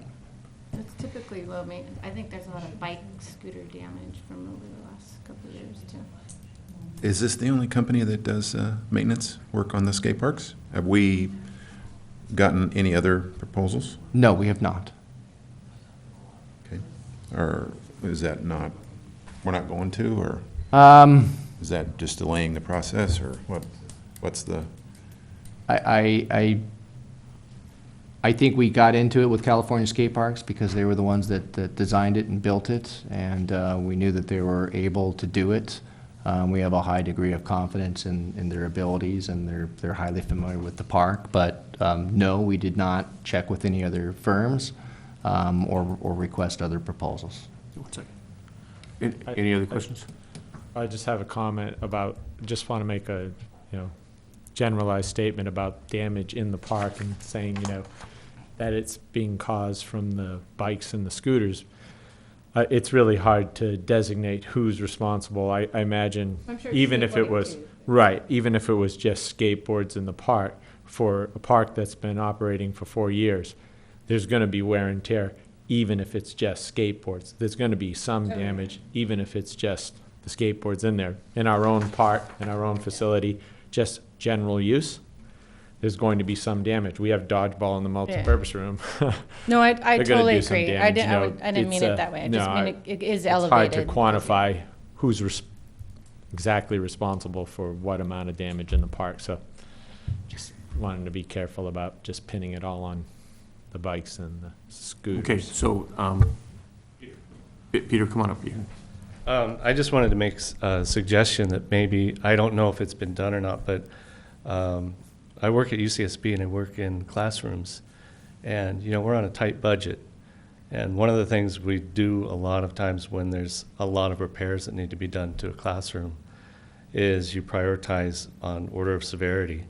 Exactly. How much something needs to be fixed as opposed to, and also taking into consideration, on the opposite end of that, is it something that you don't want to cheap Charlie something. You want to make sure it's done right the first time. Right. But I'm just wondering if that's been taken into consideration, like the order of severity for some of these different types of repairs. Well, actually, we did kind of go through that when we were kind of kicking around whether or not we should try to do the whole proposal or not. And one of the things that we talked about, in fact, it's something that you could certainly consider, the sealing of the joints, the natural gray color concrete decks. You could probably cut out. The bowl's in pretty good shape. You could probably cut out some of the joint sealing.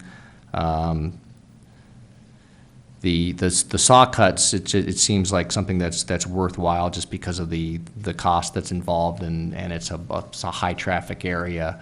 But none of this stuff absolutely positively has to be done, other than trying to make sure that we don't have dips and divots and things like that. My question, Steve, what is the biggest issue out there that pertains to safety for anybody in there? That would be my concern. And one other question I have for you is the installing of this 2x2 steel edging, is that replacing an existing one, or is that adding one? No, I believe that's an additional 2x2 steel edging to reinforce one of the elements there where you can see there's been some degradation. I should have brought photos, but I didn't.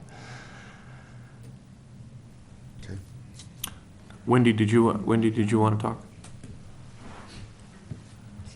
And I apologize, this kind of came up very quickly, kind of at the last minute, and so we didn't have a whole lot of time to put this together before we put it on the agenda, but we wanted to be able to get something before the Parks Commission before we consider taking something to council, so I apologize. Okay. I was lucky enough to be at the walk-around when Sergio came up from California Skate Parks. And having watched them build the skate park, I was just totally impressed with their craftsmanship. They are the best. They're just masters at their trade. And he walked all the way around the park with us and pointed out every detail. And to an untrained eye, it looks really good. But if you're a skateboarder, it's not so good. And Sergio is giving us the benefit of his expertise and showing us what one little thing can lead to a much bigger thing. So he was talking about repair work, but also preventative work in the future. And he described in great detail the work that's involved. It's a 3-day process, which is amazing, to regroove the expansion joints in between. Any place there's a little bit of material eaten away, you have to clean it all out, blow everything out. And the process of putting this special material back in is quite an art. So it was really interesting to see. And the damage that he showed us that was caused by the bikes and scooters can be repaired, and now that they aren't in there as much, it will last even much longer. He was amazed at the condition of the park because of the numbers of people who use it, compared to the big cities where they build great big skate parks, and it shows tremendous wear and tear just by the the volume of people. But he was really pleased with the way it looked, and he did list. We talked with him at great length. What the priorities should be. But if you could do it all at once, it would really be a much better picture. Let's see.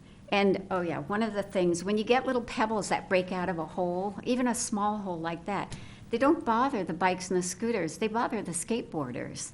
So that's a real problem, but that issue should be corrected too. And I just wanted to show you this by way of comparison. When we were first talking about the new skate park, we had a task force, and there were a lot of people on that task force, including Sunday and Sage. And this was 2007, a report from that task force committee. And it says, Ojai's wooden temporary park opened in 2000. That's what we were looking at the time. It cost the city about $55,000 to build and $10,000 a year in maintenance upkeep. And I thought that was pretty astounding for what's been spent at this park throughout almost 4 years now. So I think I can't say enough about California skate parks as far as their craftsmanship and their expertise. And I know they'll do just the most amazing job. And from then on, it should be really good for quite a long time. Anyway, thank you. Thank you, Wendy. Okay, do we have any other comments? I have a comment. I have another question. Is this the entire project that or did they actually? This is the entire scope of So work, there was not right. more that we just decided? Okay. That's correct. That is everything that they saw out there that they felt that they could do or needed attention. Correct. There's nothing being taken off the list. I have a comment. I think if you look at this, that over 4 years, we haven't spent anything, it comes out to about $2,500 a year, which for a facility that gets that kind of use is really pretty impressive. I mean, if you think about a lot of our other facilities and what we pay to maintain them, this is still really reasonable. And it seems to me if we're going to do the work and we know what needs to be done and they're going to be here, I really feel like we might as well get it all done. I don't think it's an unreasonable amount of money. I think on a year-by-year basis, if you look at that over 4 years, it seems reasonable. I have a concern, really though, if we are 4 years into this project and we haven't spent any money, now we are, what's the next 4 years going to bring? And now it's an older park, are we gonna be needing a line item in our budget for this type of maintenance to make sure that we've got money there? Because we probably should have stayed on top of it as it was now, but. I would just suggest maybe that we do an annual inspection with, I don't think I think we're doing site survey, just kind of walking it, but I don't think anything formal other than, a general walkthrough, but having an expert in the field definitely helps. That's, from now on, maybe we need to put that in there. Well, and are they two separate issues?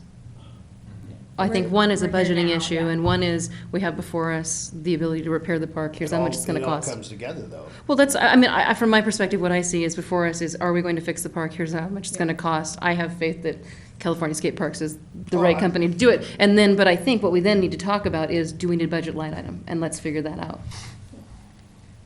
Are all the other parks budget line items as far as maintenance?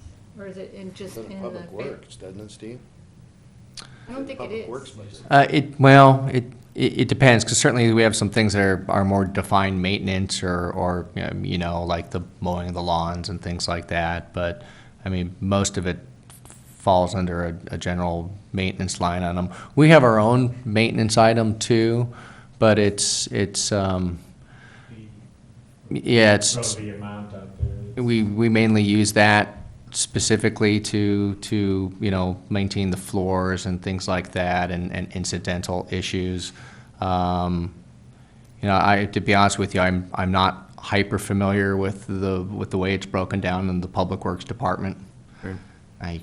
I just can't get that far these days, so. So I guess there's really more than one question. The question is whether we should do it, yes or no. And then the question is, where does the money come from? It's the second question. Right. He was just saying. Wendy, did you have something to say? Just one more comment. He showed us the damage that was actually done at the park by the pegs on the bikes and this.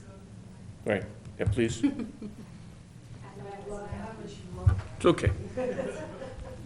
Sergio did actually show us damage that was done at the park by the pegs on the bikes and the scooters being thrown. And it was clear. You could see it. So already we're not seeing as much of that activity, and I think in the years ahead, it's only going to get better. Okay. Bill, did you have a comment?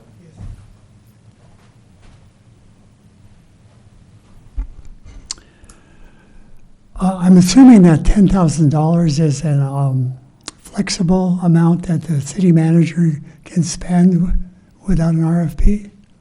Our plan was to take this to city council and ask for allocation from the city council. Okay. Approval from the council. Good. It seems to me that keeping the park in good shape is what you all want, but the logistics of doing that are something that we haven't worked out maybe or yet. I heard Steve say that every 2 weeks, one of the public works people goes over there and looks at the park. Is that correct? It's actually a recreation staff member, but basically, Oh, yes. okay. And that person is knowledgeable about what the damage could be and needs the park, the skate park needs to look like to be really in good shape? Is that person knowledgeable to pick out the little pebbles and such? Well, let me put it to you this way, Bill. When I took over the department, we had nobody looking at the park. So we have somebody now who at least is going out there every 2 weeks. In terms of their level of qualifications, we're actually sending that person to a skate park, not a skate park, a playground and facility training coming up in a couple of weeks so that they can get a little bit more educated and a little bit more of an expert on that. However, I would say putting eyes out in the field is an improvement over having nothing. Certainly, it's nice if we could have experts at every position. And as I stated, we're trying to get that person. I like that. I think that's a little great. bit more up to speed. In fact, that's really good. Because it seems to me that when there are problems with the skate park, they need to be fixed probably quite soon, especially the ones that are potentially hazardous. My wife and I ran the Miramonte laundromat for 19 years, and our policy was to try to fix the machines as soon as we found out that they were broken. Whereas I was familiar with many laundromats around, and their out of order signs sometimes would be on there for days and weeks, and nobody would ever do anything. And we developed a pretty good attitude on the part of people who came as customers. They liked what we did. So also, maybe maybe you might consider, or there's already there, a telephone number that user that is a skate park can use to call and say, hey, I discovered something, you should know about it, because, and I'm done. Also, I would think that when things are fixed pretty quickly, the people that use the place are going to get an attitude that says, hey, the city really cares for this place, and once they find a problem, they take care of it. Oh yeah, I've seen this for months and months. I think that's going to change the attitude too.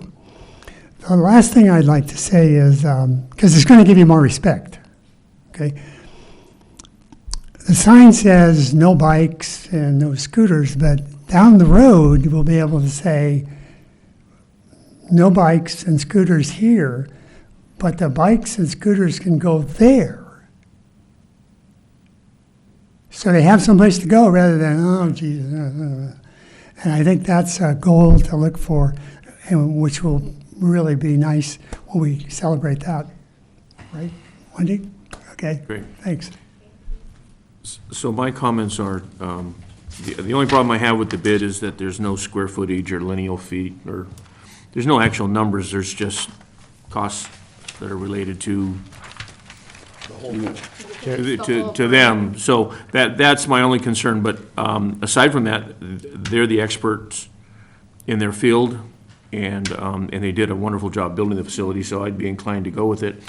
I think we might be able to ask them, though, to provide maybe some training to our staff, to actually look for the problems that we're repairing. That would be one thing, and maybe help us to develop some type of a written punch list, so that an inspection sheet, so that when we are inspecting, we're inspecting an actual skate facility, not a playground facility.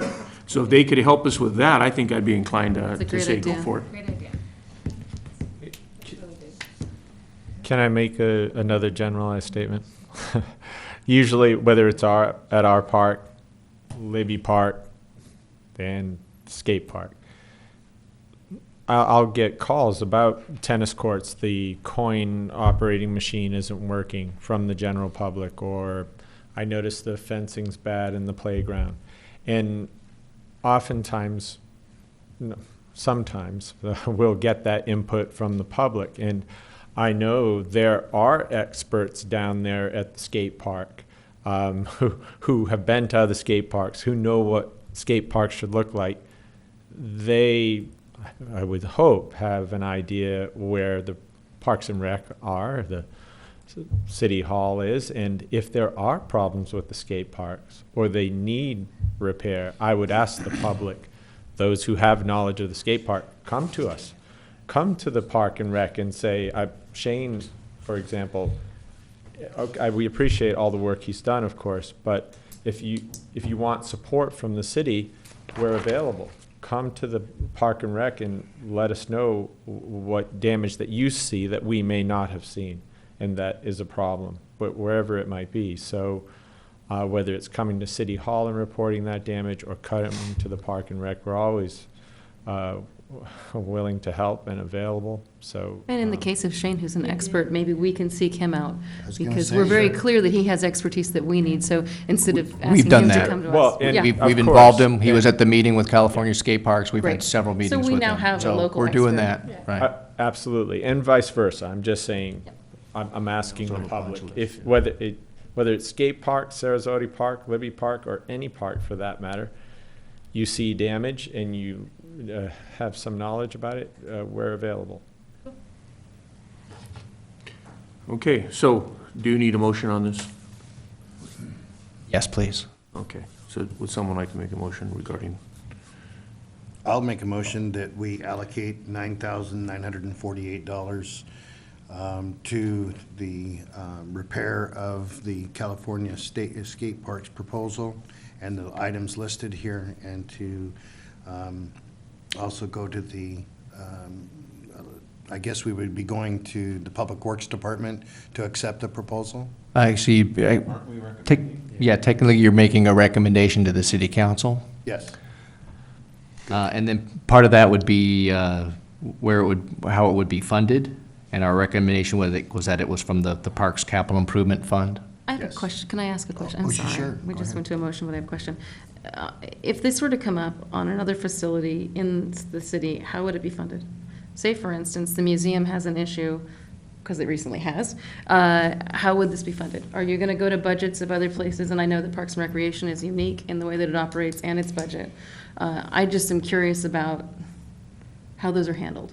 Usually when we have something that's above and beyond the normal scope, which might mean that, for example, I'll talk about our maintenance budget. Say we've got, $8,000 on our maintenance budget, and we spread that over a number of different things throughout the year, and then something comes up and it's going to cost, it's going to take 3/4 of your budget. You could fund it out of that, but then you'd be left shortchanged to not be able to do those other things. So what happens when a situation like that is usually we'll try to see if we have some additional funds that we could put towards it. In this case, we do have the recreational funds from the overage from last year. So if we didn't have that, we would probably, at least at the staff level, probably would be recommending some type of a reduced scope of work, just because there doesn't appear to be, I mean, there's not enough in the public works maintenance budget to absorb this without impacting that budget and the other things that they've got planned to get done throughout this year. Greg and I had some discussions about that, and we felt that this was really something that was it's you know, this is akin to like a, you know, it's the first major maintenance. It's not something that's going to be every year or every other year. So with things like this, when they do come up, we'll tend to look at them individually. You mentioned the museum. That's a perfect example. With an item like that, much like we did with the roof repair, and I know they're working on an item right now, that is something that we will specifically come to the city council with a recommendation, and we'll try to come up with an appropriate funding source for it. So again, typically the day-to-day stuff we've got in the budget and we can handle that, but when we have some unanticipated large ticket items, then we're kind of forced to try to find a more creative way to address it. Is there a possibility of creatively addressing it as well as taking some of the revenue or the budget that we're going to have overage from our revenues? I'm only asking because really part of this is day-to-day use. Over 4 years, we haven't allocated any funds toward maintenance on this, which means that there should have been money in any maintenance budget to address maintenance on city facilities. So I'm just wondering, is there where we can meet, where we can take some out of the maintenance budget, as this isn't... Well, I think you've hit I mean, in a larger sense, you've hit a very big point, which is that, and that's part of what the city, I think, we're trying to dig out from right now, is that for a number of years there was not any maintenance done or any maintenance budget. And I think we're trying to get to the point now where we're actually trying to get caught up, and then I think that's the ultimate goal, is to be able, you know, for example, we don't have, and we're working on, like, you know, most organizations will have a vehicle replacement fund, so that you're putting away a set aside of money every year, just so that, you know, gee, we've had this truck for 15 years and now it's blowing up and we can't repair it. Oh, but we need a truck, and we need a truck tomorrow because we can't function without a truck. Well, how are we going to find the money for it? So you do that enough times, and it's obviously not a very good practice. So, but I think you've touched on something in a direction that we're trying to move in the city, which is to try to get caught up on that, and then really, like you said, you need to set those things aside so that they can build up over time. And I only bring it up because really, when we have excess revenues, we have a huge CIP plan that we're looking to fund. So when we take it out and do it as maintenance, it's not going there. And that's just in my mind how I see it. That is just going to be my point, is I don't want every year to go by and Public Works not have the funds, and they come and see that we've made 20 extra and take it from us. You know It's what not I'm extra. saying? Well, No, I know what you're saying, yeah, but I mean. we're putting aside as a fund, and they don't come in and say, well, we don't have it. You know, isn't that something that Public Works should be? I think the argument is enhancements and improvements versus general maintenance.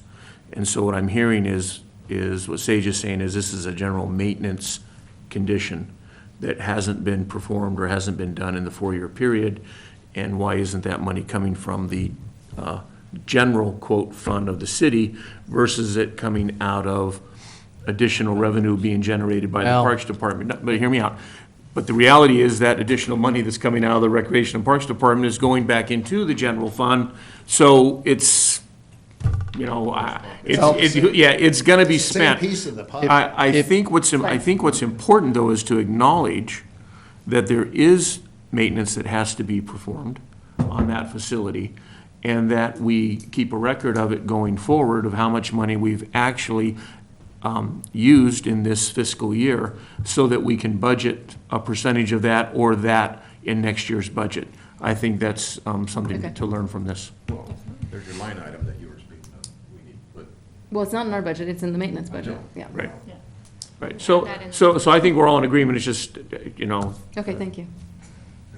Well, just two things, and this is staff's opinion. We do not feel that the park has been not maintained over the past 4 years. We more see this as if you buy a vehicle and you hit 60,000 miles, or maybe it's 100,000 miles now, and that's the time where you're going in and you're doing the timing belt and those types of things. So it's not that, well, we should have replaced the timing belt, well, this is kind of the time to do that. The other thing that just kind of talk about the funding and the sources, just to remind the commission, I mean, at some point, we're ultimately talking about the same pocket here. Exactly, same piece of. And then also, do recall, there's a $371,000 general fund subsidy that comes into the department. So you could look at it that way, and you could say, well, gee, that's $371,000 that the city could be putting in the public works maintenance budget. So I'm not arguing that, but, ultimately, if it comes out of this pocket or that pocket, it's all for the city council to figure out. It's all the same wallet, but what I think and I think you guys are working in this direction, is having the Public Works Department start looking deeper and seeing what they need to have in their budget instead of letting things, because. I think that whole discussion needs to It does. occur, And right? not only right. that, you said 60,000 miles, but I think you and I both, every 4,000 miles, take our car for an oil change. Right. So you gotta be able to do that. What's that? 3,000. 3,000, okay. Yeah, well, and I would not characterize this as an oil change. Okay, so we. so again, so that we're not gonna, get into No. a little thing over here about money and allocations and budgets and the 371,000, because I think we all might have a different opinion about that. But aside from that, can we make a motion for this? And would someone like to tackle it?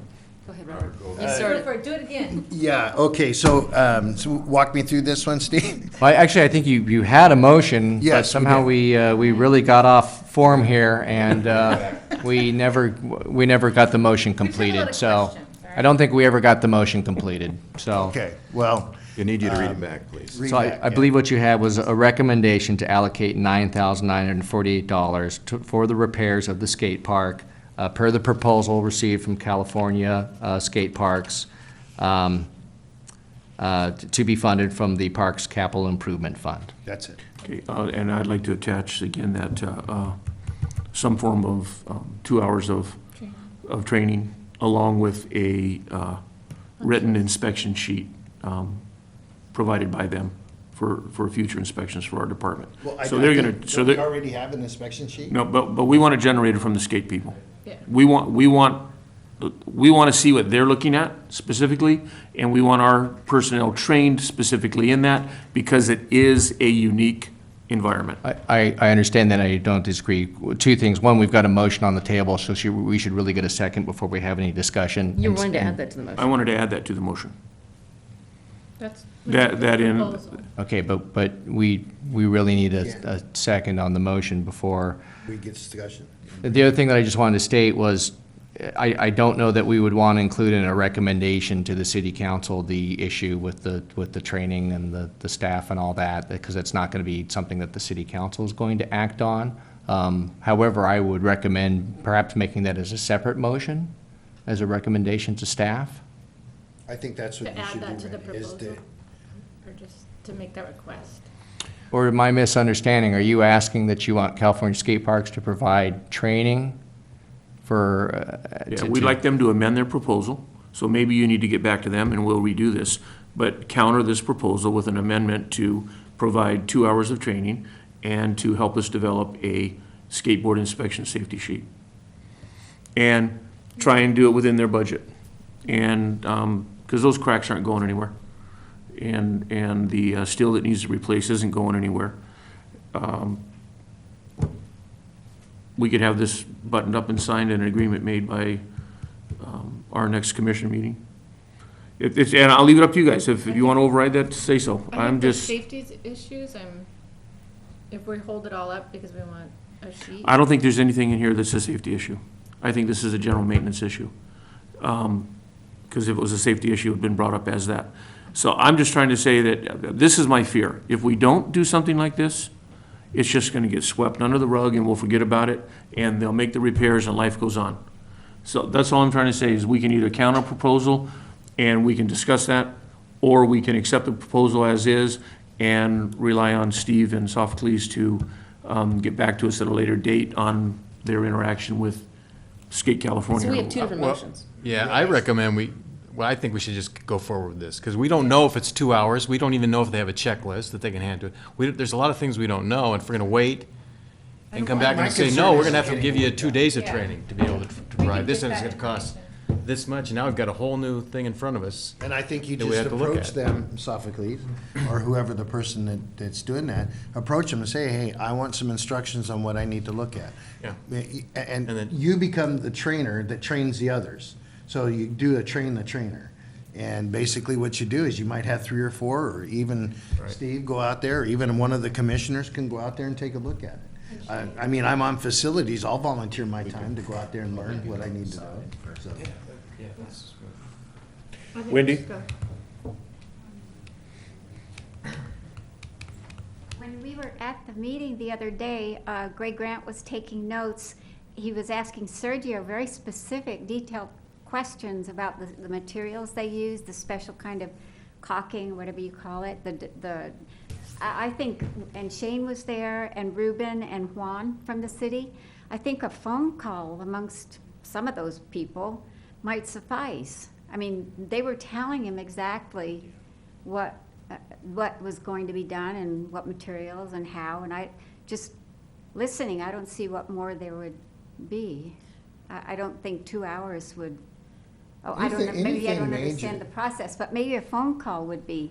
Well, I hear two motions, and I hear your motion sounds like it's to staff, to me, and your motion is to council. Mine is to Yours is get for the work funding, done as soon and as yours is possible. for additional services. Right. But I'm just saying that that could be included in this contract.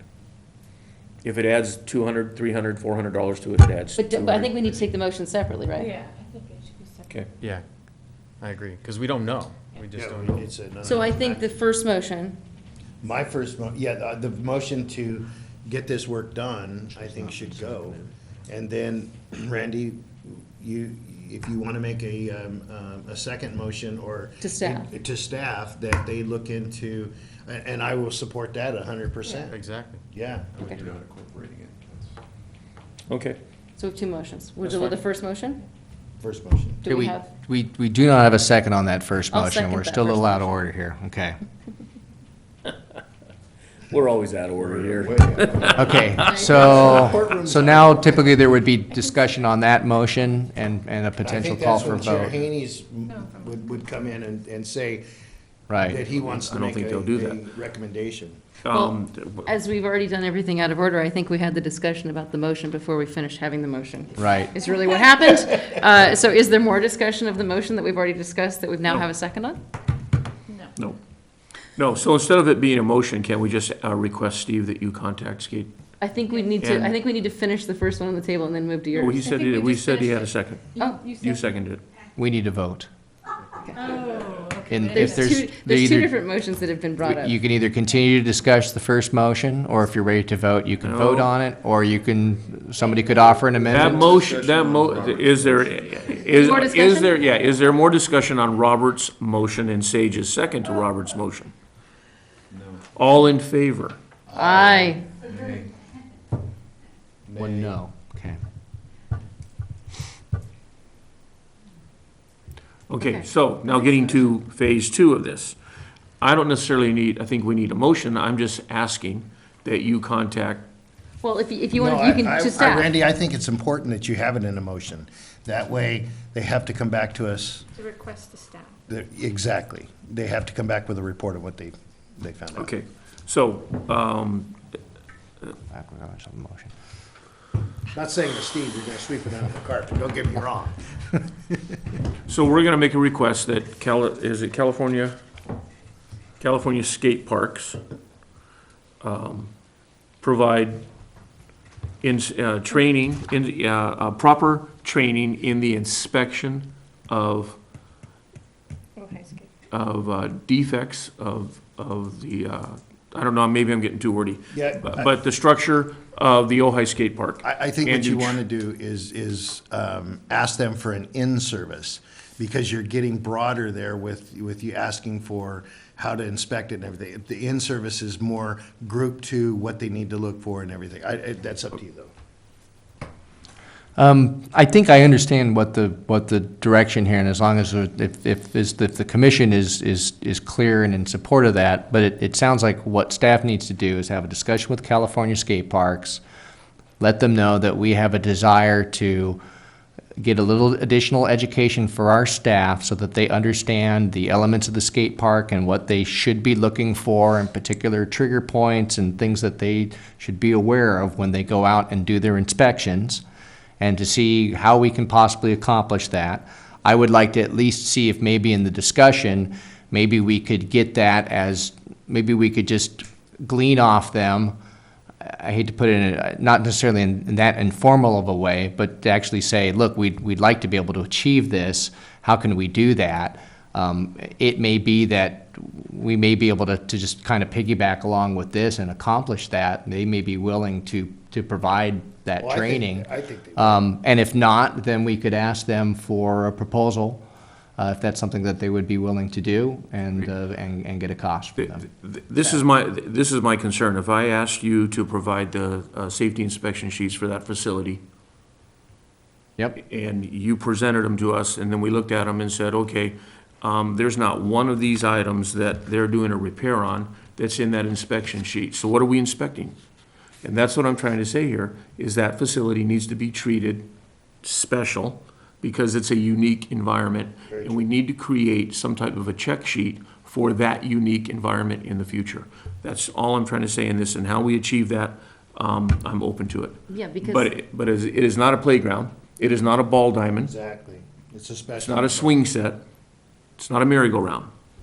And maybe there is a place to pull in the community member who we have expertise. It's not just, Right.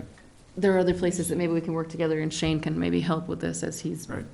So An that's expert. all I'm trying to say, is I think it's a unique environment, and we need to create a specific safety inspection sheet for that facility. That's all I'm saying. Totally Okay. agree. Great. Okay, Steve, you still have the floor. Well, the only other thing that we have left to talk about the skateboard park is the lighting. And I just got confirmation this week that we'll be taking the item to the Ojai Unified School District Board of Trustees next Tuesday. I believe that meeting starts at 5:30 PM. So we are taking the request from them to approve this as a modification to the lease. And we are on the agenda again for this next Tuesday, the 9th. And you said they start at 5:30? Yes. Steve, with that, do you feel that they're going to approve it? I do not know. I have not seen, I haven't seen a staff report yet, so I don't know what they're recommending. I know in my conversations with the superintendent, I don't believe he would be taking something to the board if he wasn't at least willing to give it some consideration. But as of this afternoon, I had checked and I had not yet seen the staff reports up for that. I don't know when they normally post those, but I'll be checking again tomorrow. But I have no idea, what the positions of the school board are on that. What happens if they sell the property? Well, we have a lease for the portion of the park and ride lot and the skate park. I haven't looked really deeply into the lease on that, but I haven't heard any indications from them that they're trying to get out from that early. Do you know how long the lease is? Oh, I want to say Probably maybe another 16 years. I was going to say 24 or 23. Yeah. I was trying. No, we won't be here. Well, if they do want out, we just want the funding, the buyout should be the funding for another skate park somewhere in town. So if it's $400,000 or $500,000, I think we'd be in agreement. There you go. I don't think they would have signed that agreement. But Having said that, though, where do we go if they approve the lighting? Do we have to go back to the city council? no. The final step would be planning commission approval, and then we hope that we can get the the supporters of the project to come forward and work with the city to help fund it and get it built. So how long do you think, Steve, we're looking at getting this done?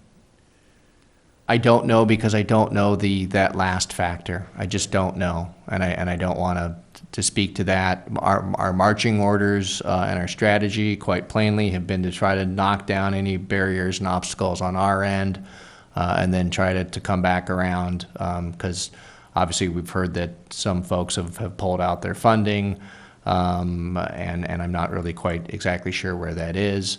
But again, our job here is to try to get it approved, and then hopefully we can rally folks around the flag and go forward from there. But I don't know the answer to that at this point, and I don't know exactly how that's going to play out.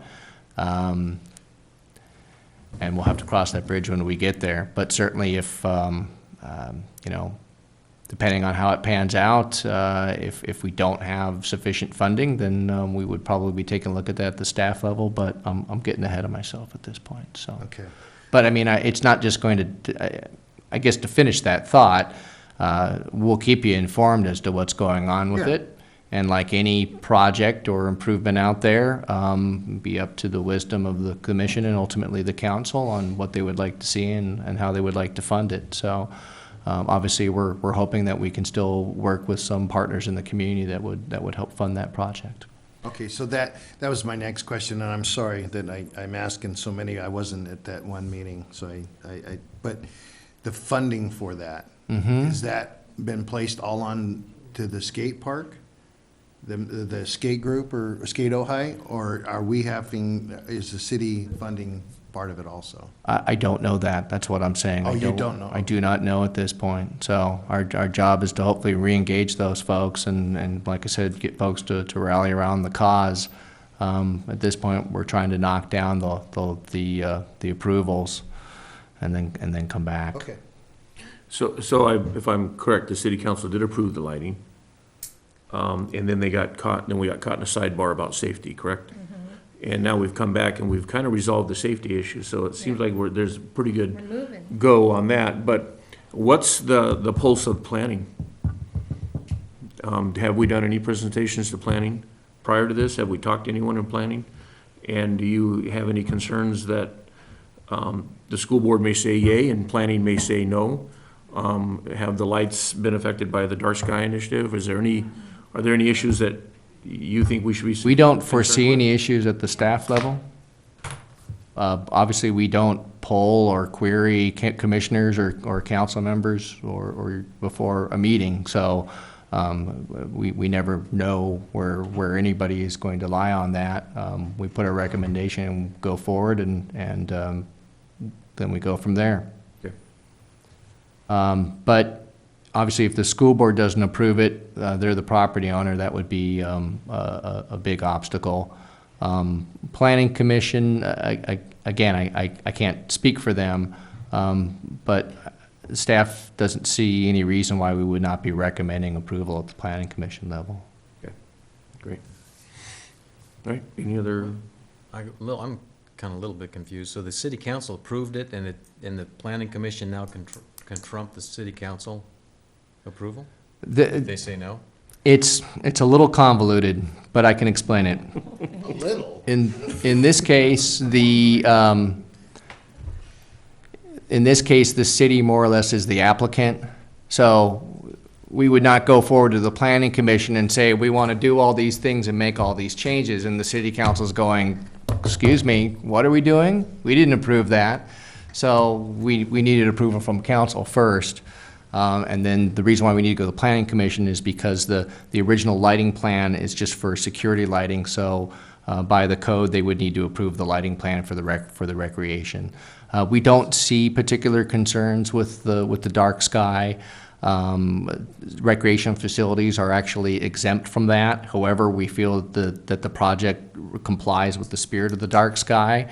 The light levels do not exceed the 1-foot candle at the property line. They're going to be fully shielded and whatnot.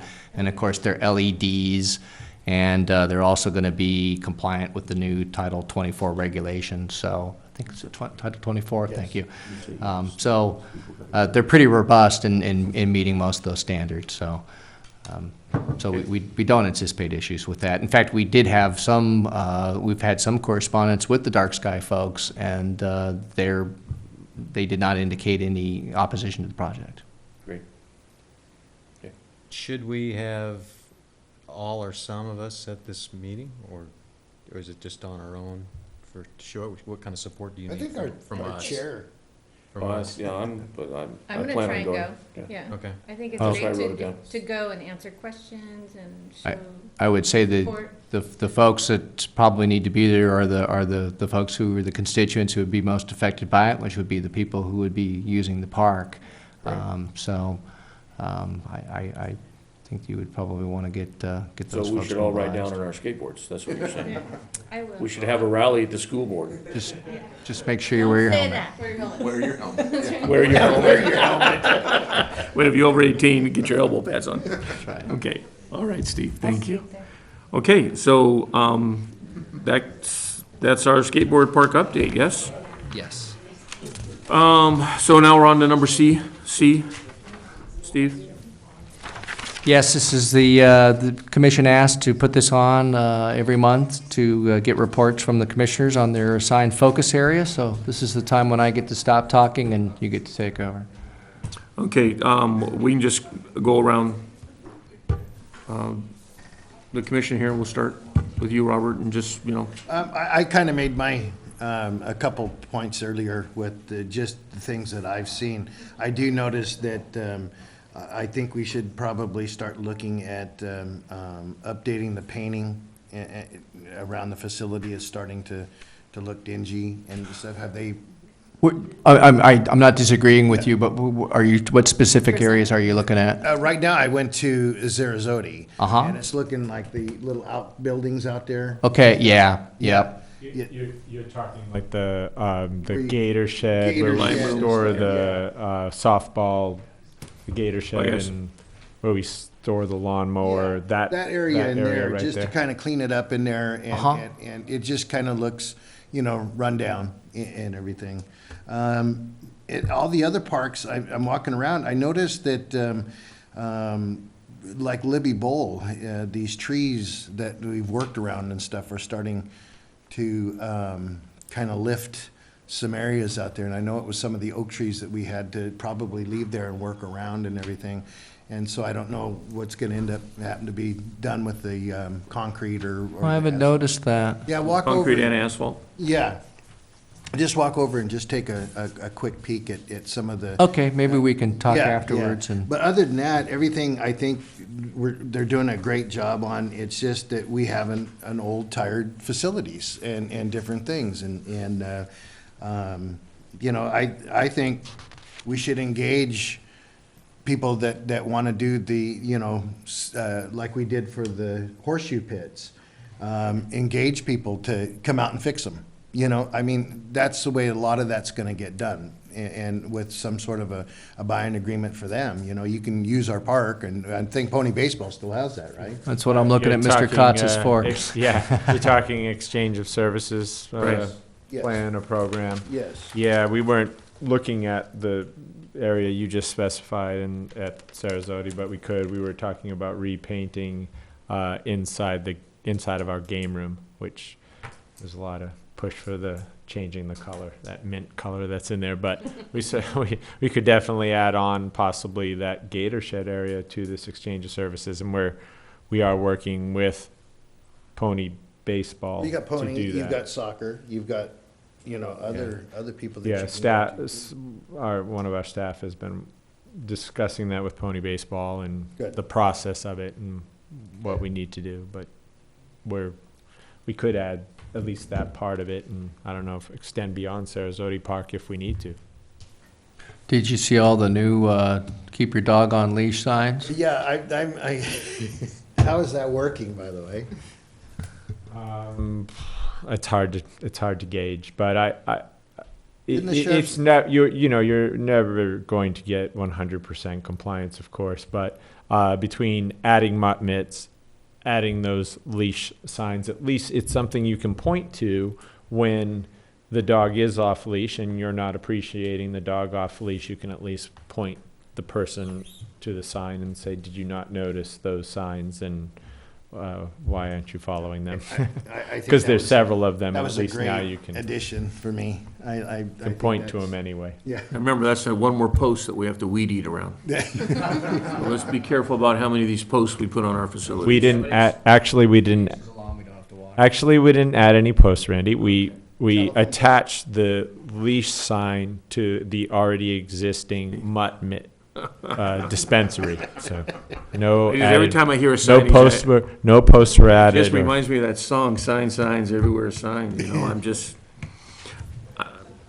maybe I'm dating myself, but I'm just saying, it's a lot of signage. And, so, gymnastics, I'll be honest, I have not talked to the girls in gymnastics or have gone to any programming, so I have failed in my duty regarding that, and I will do better next month. Swimming, does anyone sign swimming? I have office. Did we give somebody? Austin, I believe, Austin, had yeah. swimming. So he got lucky. Okay. Office, I have office, and I have not also had time. We've had so many meetings this month. But I will softly set up some time with you. That would be great. What's the best time to? Gosh, when do you- Wednesday is a good day because it's typically when all the staff are there. Okay. It's kind of the perfect storm. Wednesday at lunch? No, I'm just kidding.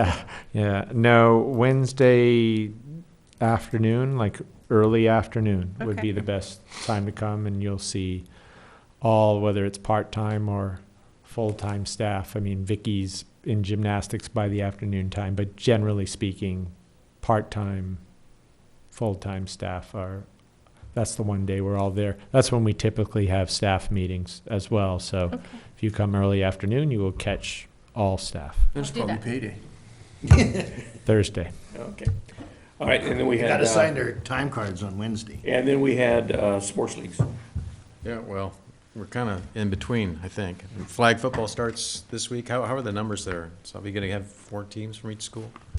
They're strong in the 3rd and 4th grade. 1st and 2nd grade, we're struggling, only 2 teams. Same with 5th and 6th grade, only 2 teams. What it's looking like is, 3rd and 4th, I'm not sure how many teams we'll finish up with, but it's really rough goings. We probably will just have 3 teams in the 1st and 2nd grade division and 3 teams in the 5th and 6th grade division. So it's a disappointment. We were expecting more. We thought the success of last season's flag football program was going to yield more people, but it just hasn't. So It's just a seasonal thing? disappointing. Someone prefers- A lot of people are going, 5th and 6th, a lot of them are going, as far as I know, Eagles football, real football. Well, their numbers are down So- too.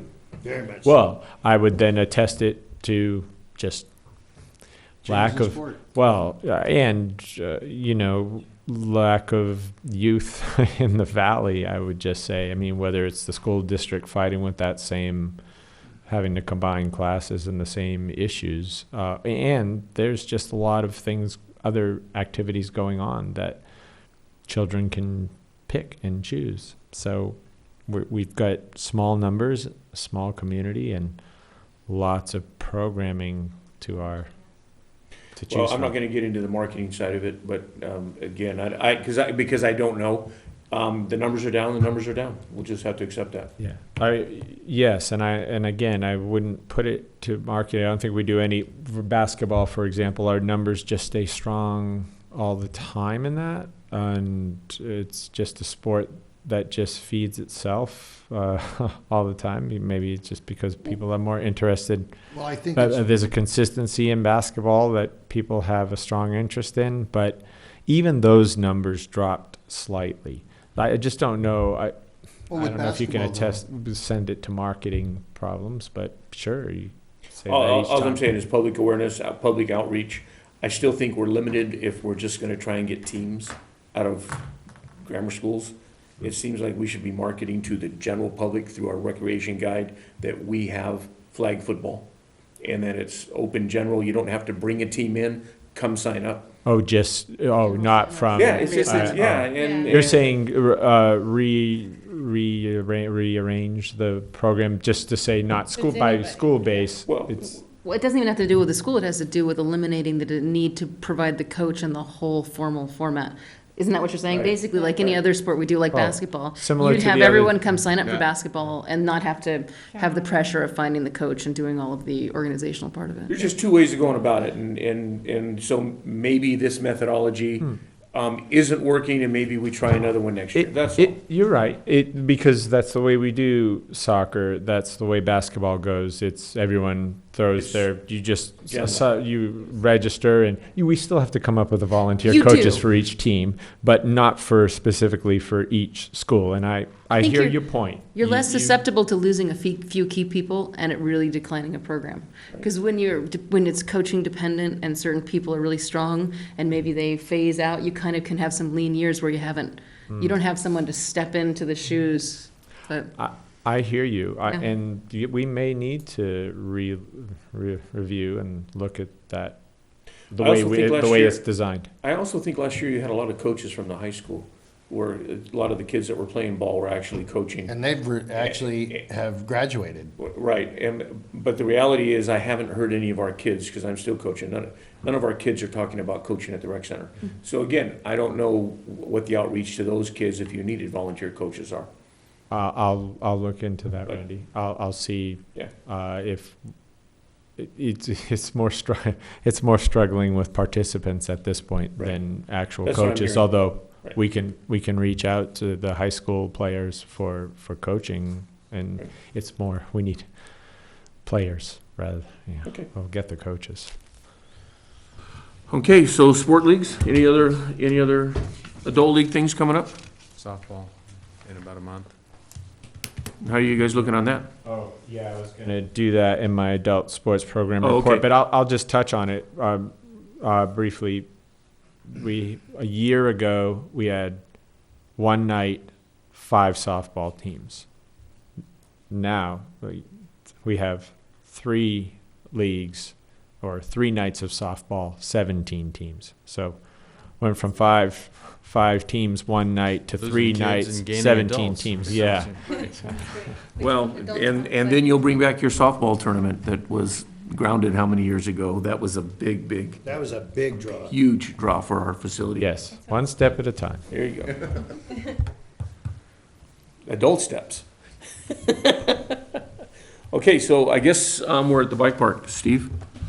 Oh, I should officially say, I also did not do my homework. So Oh. I had camps, summer Ah, camps and see, camps. well, that's right. Steve let you off the hook because he didn't list it. Oh, no, I'm on there. Oh, am I not on this one? Nope. It's okay. Is it supposed to be camps? I will talk about camps and give you an update on camps. Thank you. Oh, summer programs would be camps. Okay, So I All didn't right. do my homework either. okay. All right, so I guess we're on to bike park concept update. So just to remind everybody where we were, we started working with this group of volunteers, and initially they were looking at the site on the school district property next to the skate park, and then that fell through. So we were back to the proverbial drawing board. I know at the last meeting, we had shared with the commission a list of sites.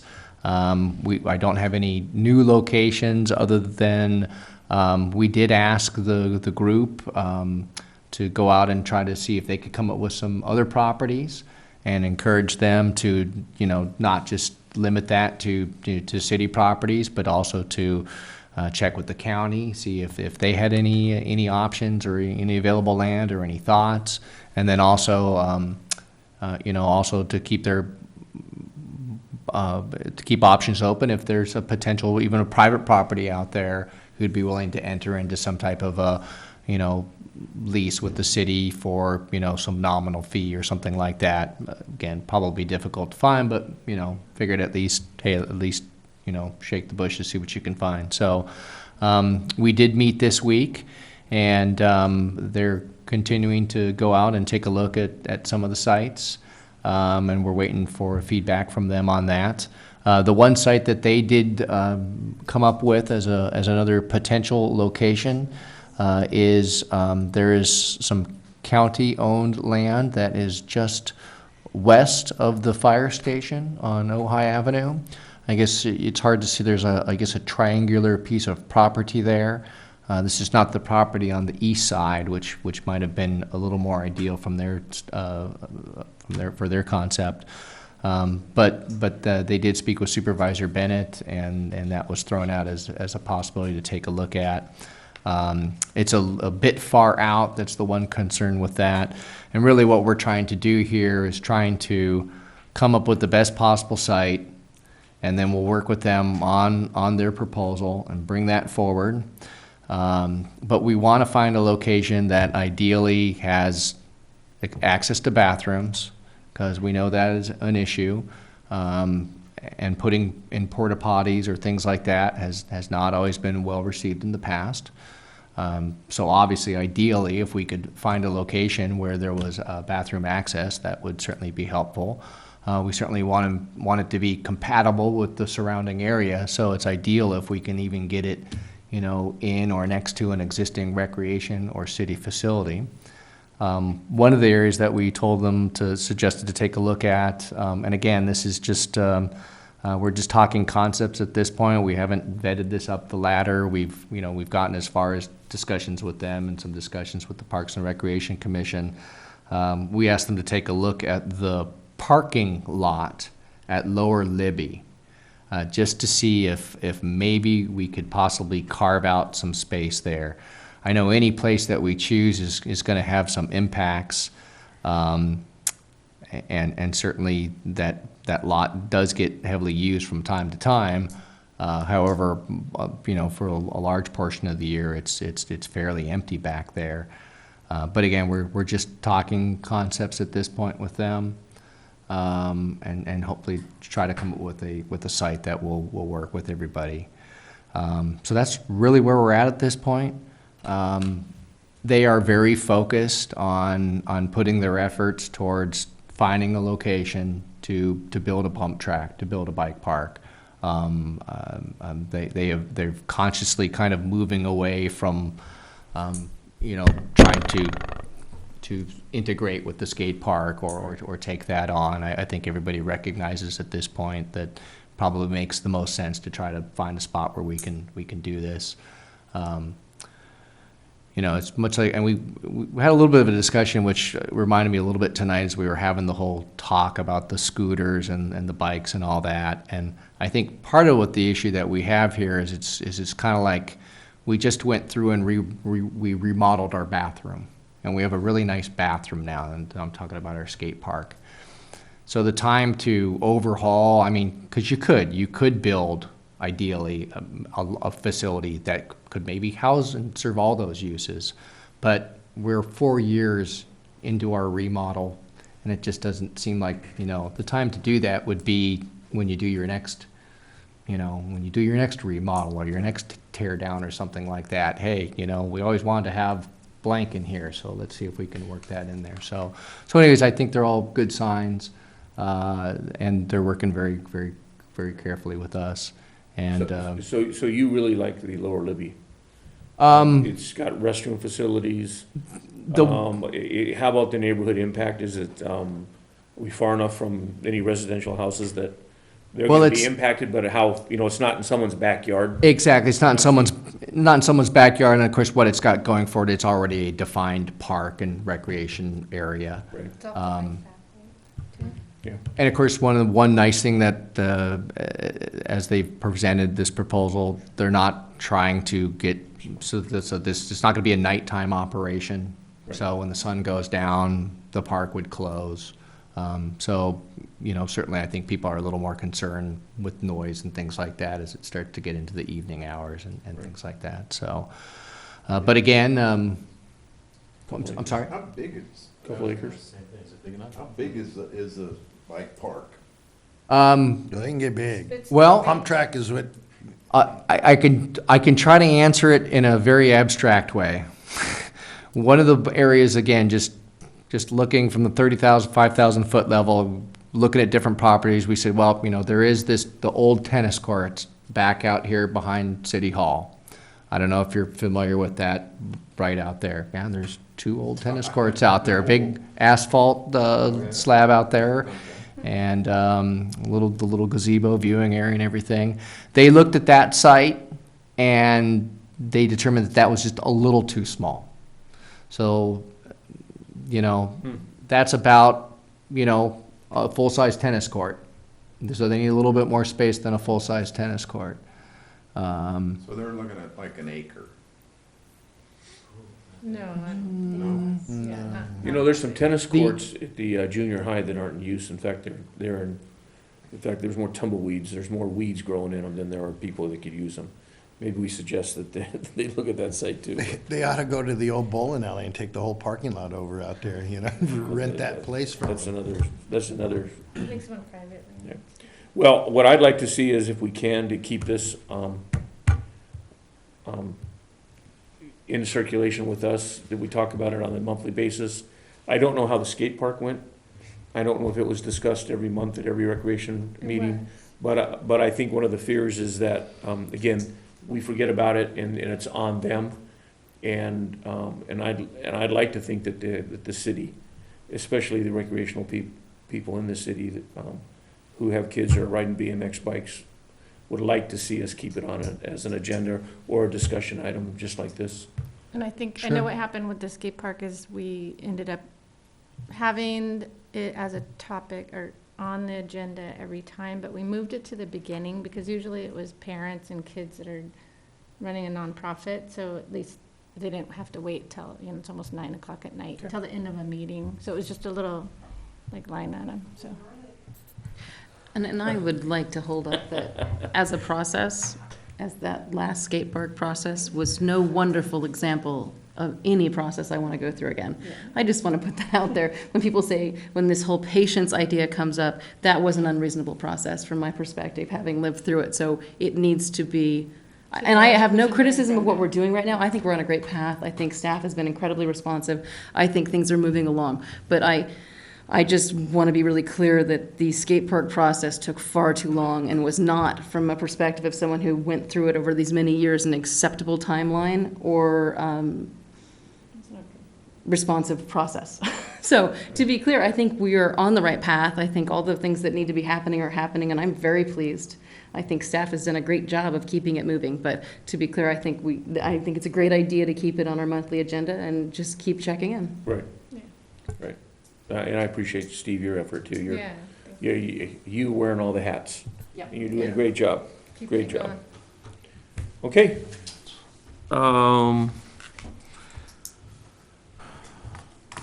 Sophocles, you have the floor. And then when you're done, I think what we'll do is we'll go to Betsy, so we'll be out of here by 9 o'clock. I move that we move me to Yeah, I the was beginning gonna of the say. agenda instead of the end, because then I always get, I actually don't Always ever laugh. feel shortchanged, to tell you the truth. I'm only teasing. All right, so summer program review. If you want a great review of the summer program, and I've been reminded by my own children, when you're talking about a website, you don't have to say www. It's implied. It's implied. Right. Anyway, you can go. You okay. can go to our website. I wrote it down, though. Okay. There's an awesome slideshow with music. It's a little bit long, but if you go to ojairec.com, which is right on the front of your activity guide, you will see a great summer camp slideshow. So I encourage you to go on there. You'll see happy, smiling kids and counselors and people who had a great time in this 10 weeks of summer. That's my favorite movie. So I'll just throw out a few numbers to you. I've already told you about this number. In 12-13 on aquatics, we had 177 participants. That was last summer. In 13 fiscal year 13-14 or summer of 14. Summer of 2013, we had 177 participants. In this summer, we had 263. So I think the math on that is a 48% increase in participation. And so, of course, that means we had a higher revenue, and we actually came out in the black this summer, where normally we are historically, the aquatics program has lost money. It could be the first summer we actually came out ahead. So we're pretty happy about that. The 1 week specialty camps that we offer, we had 350 non-duplicated participants in that program. So horseback riding, pottery, Legos, all of those 1 week specialty camps. We probably had maybe 15, 16 1 week specialty camps that we offered. And then the day camp, we had 1,250 duplicated and non-duplicated participants. So some kids that came all 10 weeks, 5 days a week, 10 all summer long, and those that just came for 1 week, or we have daily drop-ins. So, but overall, again, 1,250 kids in that program. Nothing else about the day camp except that we just had a great staff, a great core of staff. We have a nice range of experience, 15 years, people of dedicated staff that have come back year after year, and then we have younger, new staff that participate. So we had a nice balance of older, experienced staff and younger, newer staff, which also helps in the coordination and running of summer programs. So next topic is our adult sports program. We talked about the success of our softball programs. Adult basketball has dropped off for at least a year, and now we're just going to be starting up another adult basketball league. We only have 4 teams in it, but it's a start of from 0 to now we have 4 teams, and we continue to offer our drop-in programs. As you may or may not know, we have 2 nights a week of adult drop-in basketball. That's on Saturday and Sundays. We still offer drop-in soccer. You'll probably see it. You could look at it in the adult sports page of the activity guide. It's in there. But we have Wednesday night adult soccer drop-in, and we have ultimate frisbee, as you know, Miss Intner, on Thursday nights.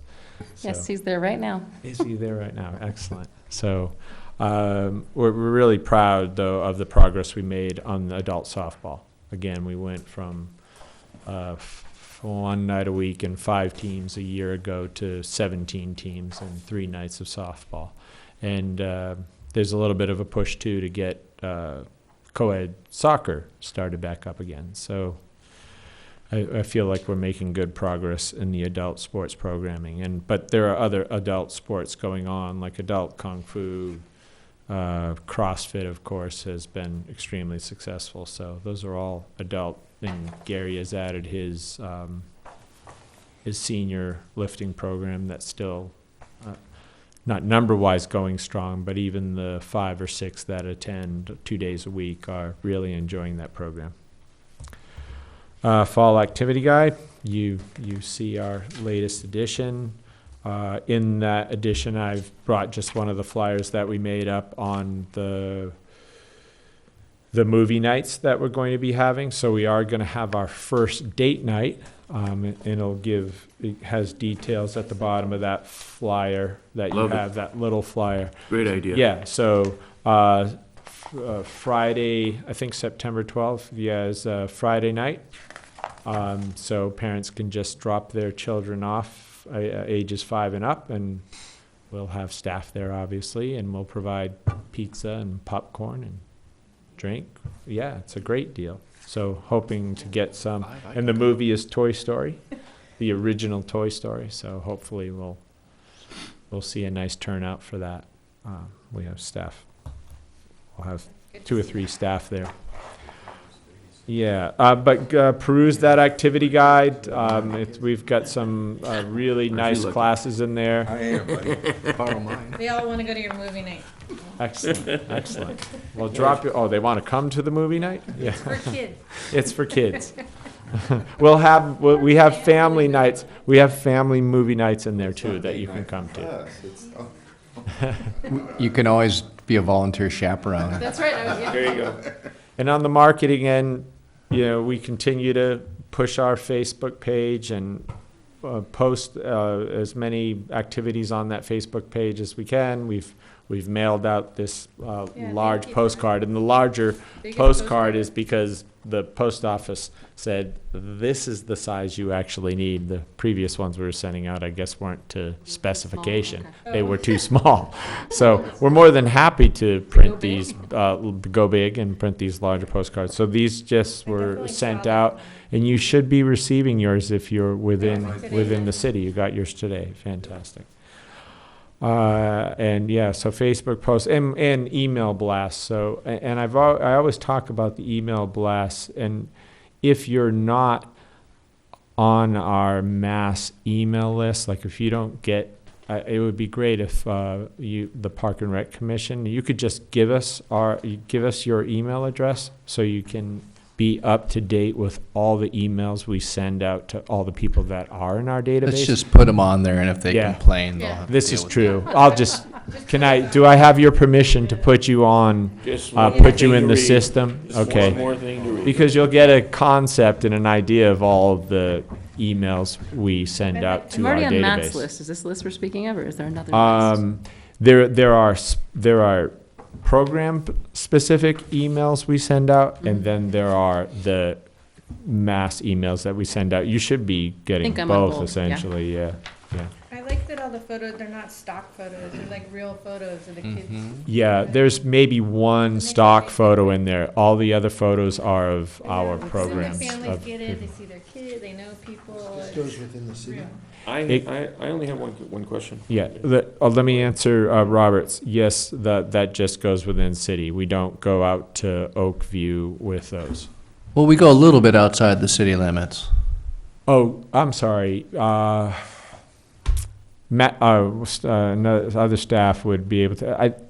I know it's in the range of 8,000 homes, so I don't know where that puts us on the. I know we don't go as Every- far as Oakview or Casitas, Yeah, but I can understand that, but getting out in Maramani. Oh yeah, That's Maramani, what I Miners Oaks. suspect. Yes, Is it pretty much the school district boundaries? school district. Yeah. I think it's the 2-3 zip code probably, because I know when you break those things down, you got to do it by the route and all Yeah, that stuff. it so. has a lot to do with route, so I'm sorry I can't be as That's clear fine. and As long as it specific. gets We beyond have some, inside the city. It does. Because that's where majority of our clients are, is outside the city limits. Right. yes. I mean, I know it gets delivered to 8,000 homes. That's the Good. best, I can give you right now, but it does have a lot to do with routes. I'm not quite sure if we hit every single 930. But I remember we looked at this when we initially determined where it was going to go, and we had to draw the line somewhere, and I mean that's, if I remember it, I think it even goes out as far as most of Miramonte, and Yes, so I do too. I think it's up Miners Oaks, Maramani, Ojai. It should encompass the whole zip. Yeah, the whole zip. Yes. So my question Yes, is, yes, ma'am. there's no ads or marketing in here. There are some ads. Well, that I There saw, are- but oh. my question goes back to, what's our relationship with the Lighthouse Learning Solutions? Because it seems like this isn't a recreation program, it seems like this is their own program and they're marketing in our recreation book. Am I That's correct? correct. You would be correct. It's an ad. It's a big I full understand page that. ad that they pay for. Is that? Yeah, It does they're, kinda come off we're, like this, it does help to, Is an ad? yeah. it, Well, yeah, when I first started reading, I went, wow, look at these classes, and I'm going, more and more, I'm reading more, and I'm going, this Yeah. is incredible. And then I look at that it's not run through us, it's ran through another organization. sure, Business. Are they using our facilities? no. They are not. And issue of that. Yeah, I don't know which Well, way to go you with it, but you can, but a red light comes up for some reason, I don't know well, why. we've had these, staff discussions about programs that potentially could be competing, if you will, or, similar, or even similar to what we offer. But I think we've had discussions back, Randy, where we've talked about the recreation department being the hub of recreation, or at least taking in everyone's information, and whether it's programs run by our department or other If other it's recreation. something the commission would want to Facilities. discuss or have staff look into further, we'd be happy to do that. Well, I understand you've got to pay for this somehow. Right. So part of me says, okay. But That's the other the part of me challenge, says, yeah, the other part of me says, this isn't anything that's affiliated with our recreation center, and I might struggle with that. Yeah, like on page 7, there's another ad, Ojai Community Preschool. I mean, obviously not our program. There's a huge ad for. We don't offer that. I would say that if we offered it and somebody else is coming in and advertising that they offer it too, I think that's where I would have an issue. Okay, well, and we've had that discussion at the staff level, and I wouldn't totally disagree with that argument, but where there's gray areas there too. Like if there's a volleyball ad in there, and if we start offering drop-in volleyball, are we just going to tell them, well, you can't advertise in our activity guide because we have drop-in volleyball, even though you're doing a youth volleyball program? We have adult drop-in volleyball, and we feel that's competing, and now we're going to start picking and choosing. And I think, we don't have a policy actually on ads, marketing ads. But your volleyball rents our fields. right, it's under facilities. That program does rent Yeah, our fields. that's my correct. connection. Can is I mean, but I know we need money to pay for these beautiful things. And actually, there are way less ads in this activity guide than we have in our Previous. summer one. There, you'd be making even more comments if you had seen the number of summer ads. We offered a basketball camp, and Thatcher School had their basketball camp advertised in our activity guide, and They're pretty different camps. I mean, it's been that way for a while, and I'm not saying it's okay or that we should. Yeah. Question, sorry. No, go ahead. We have nothing better to do. What's everyone's thoughts on it? well, I think graphically there's an issue with this one for me. Yeah, it looks It like. reads like a class list, and it's blocked out in colors. It just graphically is a little bit more similar to Even some of the programming. Payments. The payment, for me, I think it's more of a graphical issue with the Lighthouse Are Learning you ad. saying it's too similar to our actual? I don't think you designed read it and saw that that, when you ad? read it, you We- didn't see an ad. You Well, thought I you were didn't, looking at and then I started programming. reading it closer, and I went, wow, this is incredible. That- And then I that- looked at Lighthouse Learning Solutions, and I looked at their address, and it's not our address. But it wasn't obvious that it was an ad to you when you read it. Right. No. You thought you were looking at programming. 530 West. It's on Ojai, Page it's 5? page 5, That shows you how much it looks like the rest. Right. exactly. So I think there's I two thought it was issues. five. Yeah, I think one of the issues for me, the bigger issue for me on this is it looks like it's part of your brochure, the graphics are too similar. Whereas when you go and you look at the Ojai Community Preschool, it's very clear that that's an ad to me. Yeah, that ad is provided by the company. We didn't doctor it up in any way to try to. No, We wouldn't try to make it look similar to Maybe ours. what we could do going forward, and you see it's a lot of publications, they'll put a line at the bottom of the top that says advertisement, so that it clearly sets it out. So we could talk to the graphic designer about that. Or maybe Did we, they're all in the did, back, they're not did we- integrated into it. Sometimes they put a border around it that has a Right. little advertisement. That's what I'm suggesting. Something I- around the- now, did this ad come copy-ready, or did we design it, or did the, We asked them to come copy ready. so, We did okay. not design And any I of think the everything ads. that's here is wonderful and is needed. That's the argument that I have internally, is these are great classes. But we don't provide. Right. Well, That's the conflict for yoga me. maybe. Well, I think- But- Well, don't be too enamored by what you see there. We don't know the success or failure of those programs that they're advertising. We've offered yoga, we've had our own yoga, tried to offer our own yoga class without success. So while you see, I think I know a lot of people who use this service, so I don't, Sure, I mean, great. there are a lot of parents who are using this. I don't think I don't think it's competitive with us. It's not the same type of thing we Yeah, I do. was agree with looking that. at it, it's not really anything that we're offering. Right. Maybe the yoga, I don't know, but this was things that we had talked about.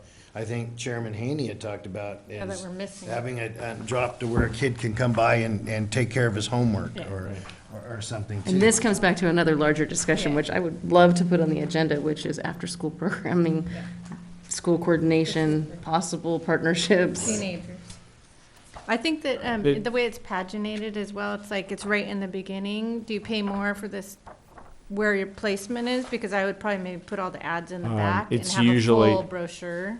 It's usually front page, back page, get the higher cost. More money But those are like than your- the middle pages. I'll have to look at our advertising price list. I would think I would put But- them at the end, and then your whole brochure is what the recreation Yeah, department is you're saying- servicing, you're and then saying- at the end is advertising. Then you don't need to Do you worry have a about ballpark- delineating. Just a ballpark on what this ad costs? Yeah, 750. And it goes So out for to 700 3,000 people. It goes No, to 10. No, what is it? 6,000 people.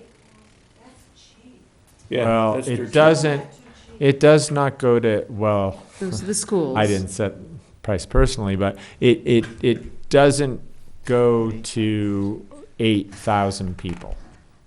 Okay. We make, Seven. we made 2,800 copies. So it doesn't, Oh, you've done we one. don't give out 8,000 activity guides. It's either 28 or 3,000. Including It is. everything is, so it could go out to. Well, it's an infinite amount of, I mean, if you want to put it that way, For a guy that it spends goes to. $10,000 a year on marketing, I don't Looks like a know, good for buy. $700, it's a pretty good buy. It is a, actually, good it is a great buy, and if you feel as a commission Maybe I you'd should like offer a to recreational raise, Landscaping program. Yes. if you I think feel we as a should just put commission that you'd on like a to raise all future agenda. fees. Yeah. Just looking at the brochure in general. Yeah. I think it looks really nice. I mean, I would like this. as It's recycled stunning, paper, it's you wonderful, know. it's Great. beautiful, it's the best you Yeah. guys have It done, looks by far. Well, thank you. Let's stay Well, on won't the pick at the one positive side. thing. Right, of course, but you can stay on the topic of ads if you feel like they are too inexpensive, Well, I think we or should have a- how they should be laid out. You're welcome to give that input. I mean, I would state I that think what we should do, though, clearly if is you. bring the costs of all of them to us, so we can look at. I mean, we could sit here and talk about the big $750 ad, but just as Right. much as I would like to see what the business card ad is. Well, they're all there. There's business card, there's quarter page, there's half page, So there's full page. I So would just you- ask Steve if we could put it on our agenda that we review that at some point, and. And it's not just that, maybe how we determine what's in, what's out, maybe. Yeah. Because that's part of the policy questions that discussion. I have It's more- is, who do we solicit to? And we certainly have control over that. Then the other question that I have, and I just don't know the answer to this, is can we deny somebody? Right, And if you're what, offering and it. what, I mean, I would think obviously if somebody wants to come in and, sell alcohol and tobacco, we can say no. But I'd be curious to know That's what I'm saying. what our We- discretion It was is. So separate at the- we can, and I think that's a good suggestion too, to put those Or things disclaimer. towards the end. So we Yeah, can we put don't- this, yes. we can put this on for a future agenda item, probably Yeah. not in October, just because I think we're pretty packed, but. I would But, say we start it on our next, first of the year When's your or next something. activity guide? Yeah. The Deadlines. next activity guide goes out in January. Well, But it goes out in January, but we've got to get Right. everything, I So can't maybe in off the top of my November. head, tell you Look what at the it. deadline is, October. I mean, soon, actually. Yeah. It'll be mid-October, Get when it. we start gathering information for. By the end of the year, January activity. because then we might have it for next Right. summer, Right. okay? Yep. So, let's Yep. not, Yeah. let's I not don't get think we in a should bind change it here. by November working or off. December. I thought maybe we had We gotten just through. get it ready to go. I thought that was ours too.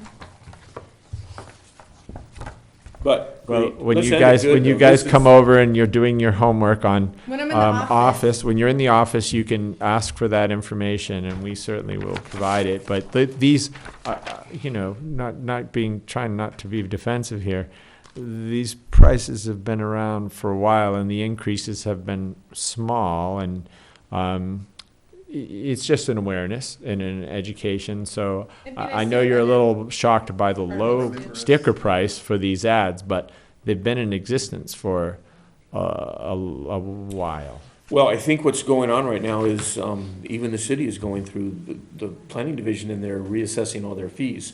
I'm not saying you have to reassess your fees. I just don't know what the market's can bear, and I don't know what other, advertisement costs, if for a like opportunity. Right. And this is a Right. lot of viewing. It is. It So is. that's all. You're right. It is. I wouldn't disagree. I think it is. Disagree with you. I think it is a great deal And- to advertise an activity. And then being the greatest recreation center and provider of recreational opportunities in Ojai, great place to market yourself, so. And if you really want to dream big, what I'd ideally love to see someday is to actually direct mail something out to everybody beyond just the postcard, which I think at that point, we could probably really make a case for our rate card. Yeah. You know, this is direct mailed out to X This number many of people, households. As opposed to right now, they get the postcard that says, come get your activity guide or go to the website, and it certainly helps, but, its distribution limits us probably in terms of what we can probably command on the rates. Well, I know two classes, the Spanish immersion and the Write Neatly would be something I'd be interested in. Well, we did, I didn't look at the Lighthouse ad very carefully, but we were offering a Spanish club. The instructor decided too busy to continue to offer the class for us. She may reintroduce it, but we did have success with that Spanish club, and we She's did at offer the Learning it. Solutions Center now. No, stop, Robert. Well, I think this, We did. I think this activity guide is incredible. And, Thank you, I and do these, too. and This these is- guys, That's so much fun. these guys are just tremendous. This Yeah. is phenomenal. Yeah, these are Yeah, great they were really postcards. Local person? No, on our staff, Steve, would it be appropriate for me to give credit to the actual staff that designed and Yeah, as well as like give credit to the person who's the editor. editor? Well, both Matt, our recreation coordinator, designed and put it together, and our top editor in the city, Matt Mr. does- McClary, Matt does edited the- it. the work. But Matt has designed, this is the fourth postcard that we've done, and Matt has designed all of the postcards. He does it. Well, that's very Yeah. good. He needs Matt does them, I critique them. Yes. Both of you. We're getting something out of that money we're being charged. Yes. And then the last part of the staff report is the budget report, and I will be give you some general information. Well, can I make without a going quick into comment detail. on that? Sure, sure. I probably do have budget numbers, I just haven't been able to get to them. You know, they just closed up last fiscal year, and I'm sorry, I've had so much going on that I haven't had a chance to get through those and look at those and review those, but my plan is to give you a written report for your October agenda so that you have those numbers, but I just didn't have a chance to get to them, and I didn't want to rush and give you incomplete information, so. So I'm going to Table give it you to I just don't know where a, that's at. okay, but I'm going to give you a big picture, generalize, no detail. Fiscal year Don't ask me 12-13. any questions. Yeah, don't ask me. Fiscal year 12-13, we were at 395, if you may Okay. or may not recall. Fiscal year 13-14, just this last fiscal year, we're at 437 in revenue. So you can do the math on that. Well, Uh, don't share too expend- much information Betsy Okay, shares. expense, it was, again, these are approximate numbers. 12-13, we were 108. What, expense? Expenditure, not staffing now, just expense, programming expense. is programming expense, I've okay. given you programming revenue. Right. And I'm gonna give you program expense. 12-13, 108, 13-14, 142.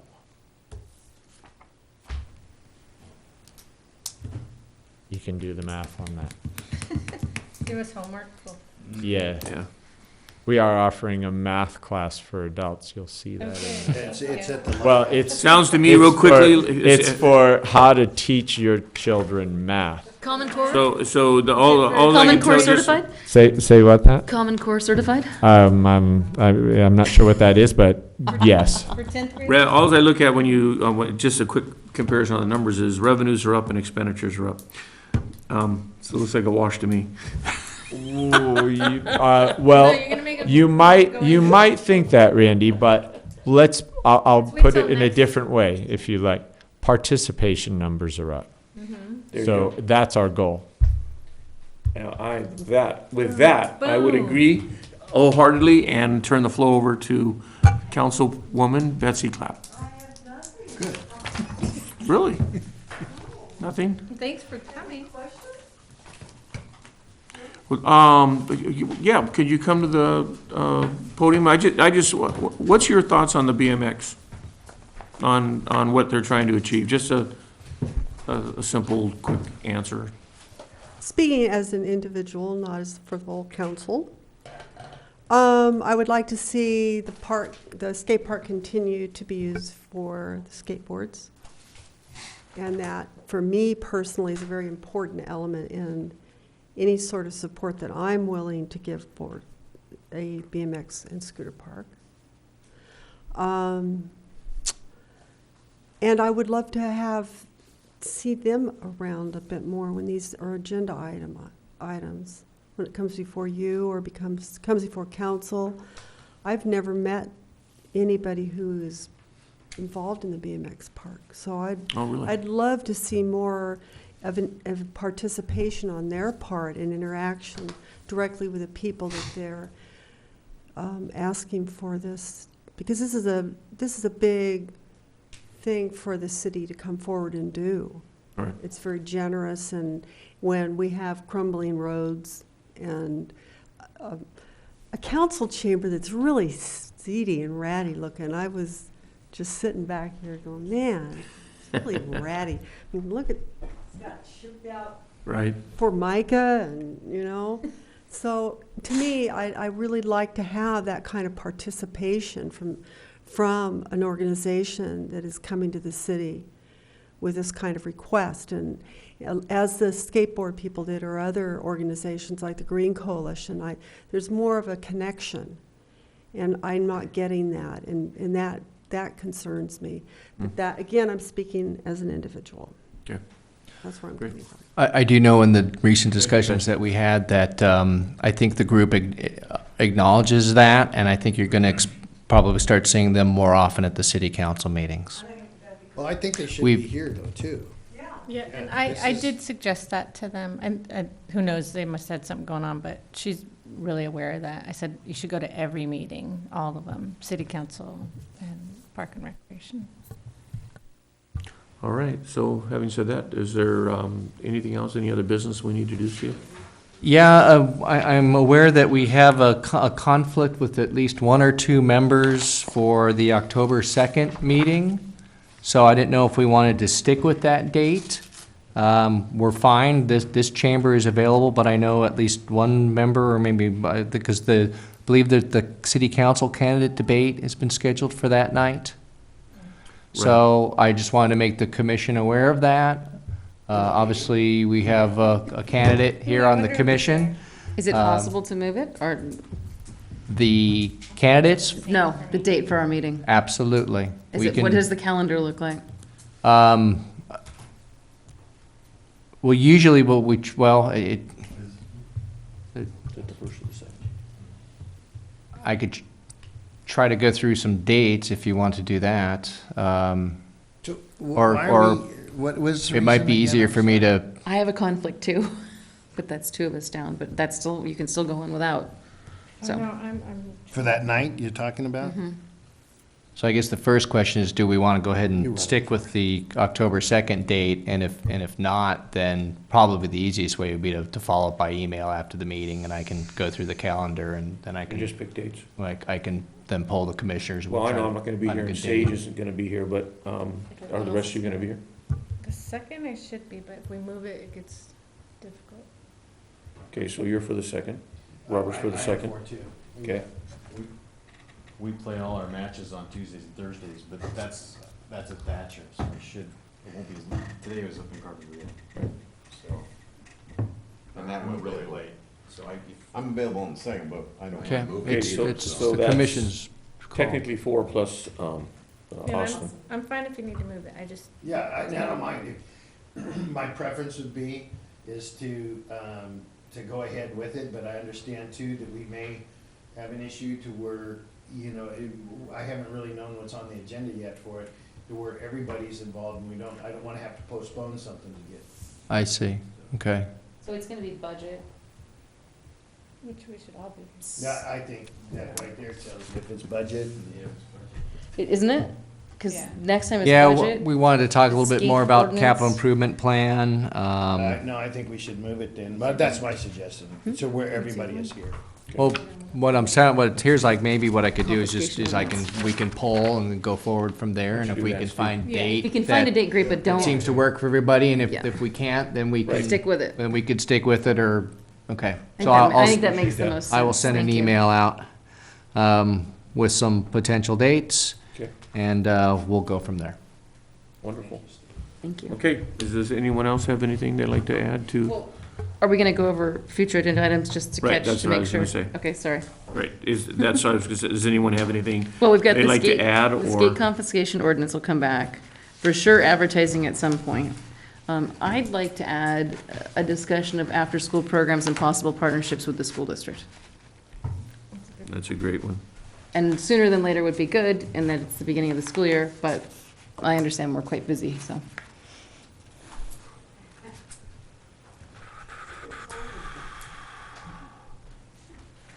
Yeah, I just don't know how fast we can move on something like that. Could we have some, Hey, because Austin. I think I need to have some discussions with you and get a little better idea what, That's fine. I just know that from our joint meeting, one of the things that came out is Right. looking for more partnerships with the school district, and to me, this is an Okay. obvious, something to delve into and look at possibilities. okay. Yeah, partnership is, I think that's what you're saying, Steve, is it's a broad term, whereas you might be, so you want to be a little more specific with what Well, stage is thinking? I guess I'm I'm happy to sit down If, before we even. I'm just saying it might be a challenge for us to have something productive and ready for I mean, I'm not sure what you're Oh, looking for I'm not, on I don't the- think October's gonna work. I think our agenda is really Right. full. Okay, okay, So it's just something for the future. Got And it. then Okay. between then and now, you and I can sit down and I can be very specific. sounds perfect, okay. Okay. All right. All right, if there's nothing else to add, we're adjourned. Excellent. Good job. He gets attendance, he attended. He was here.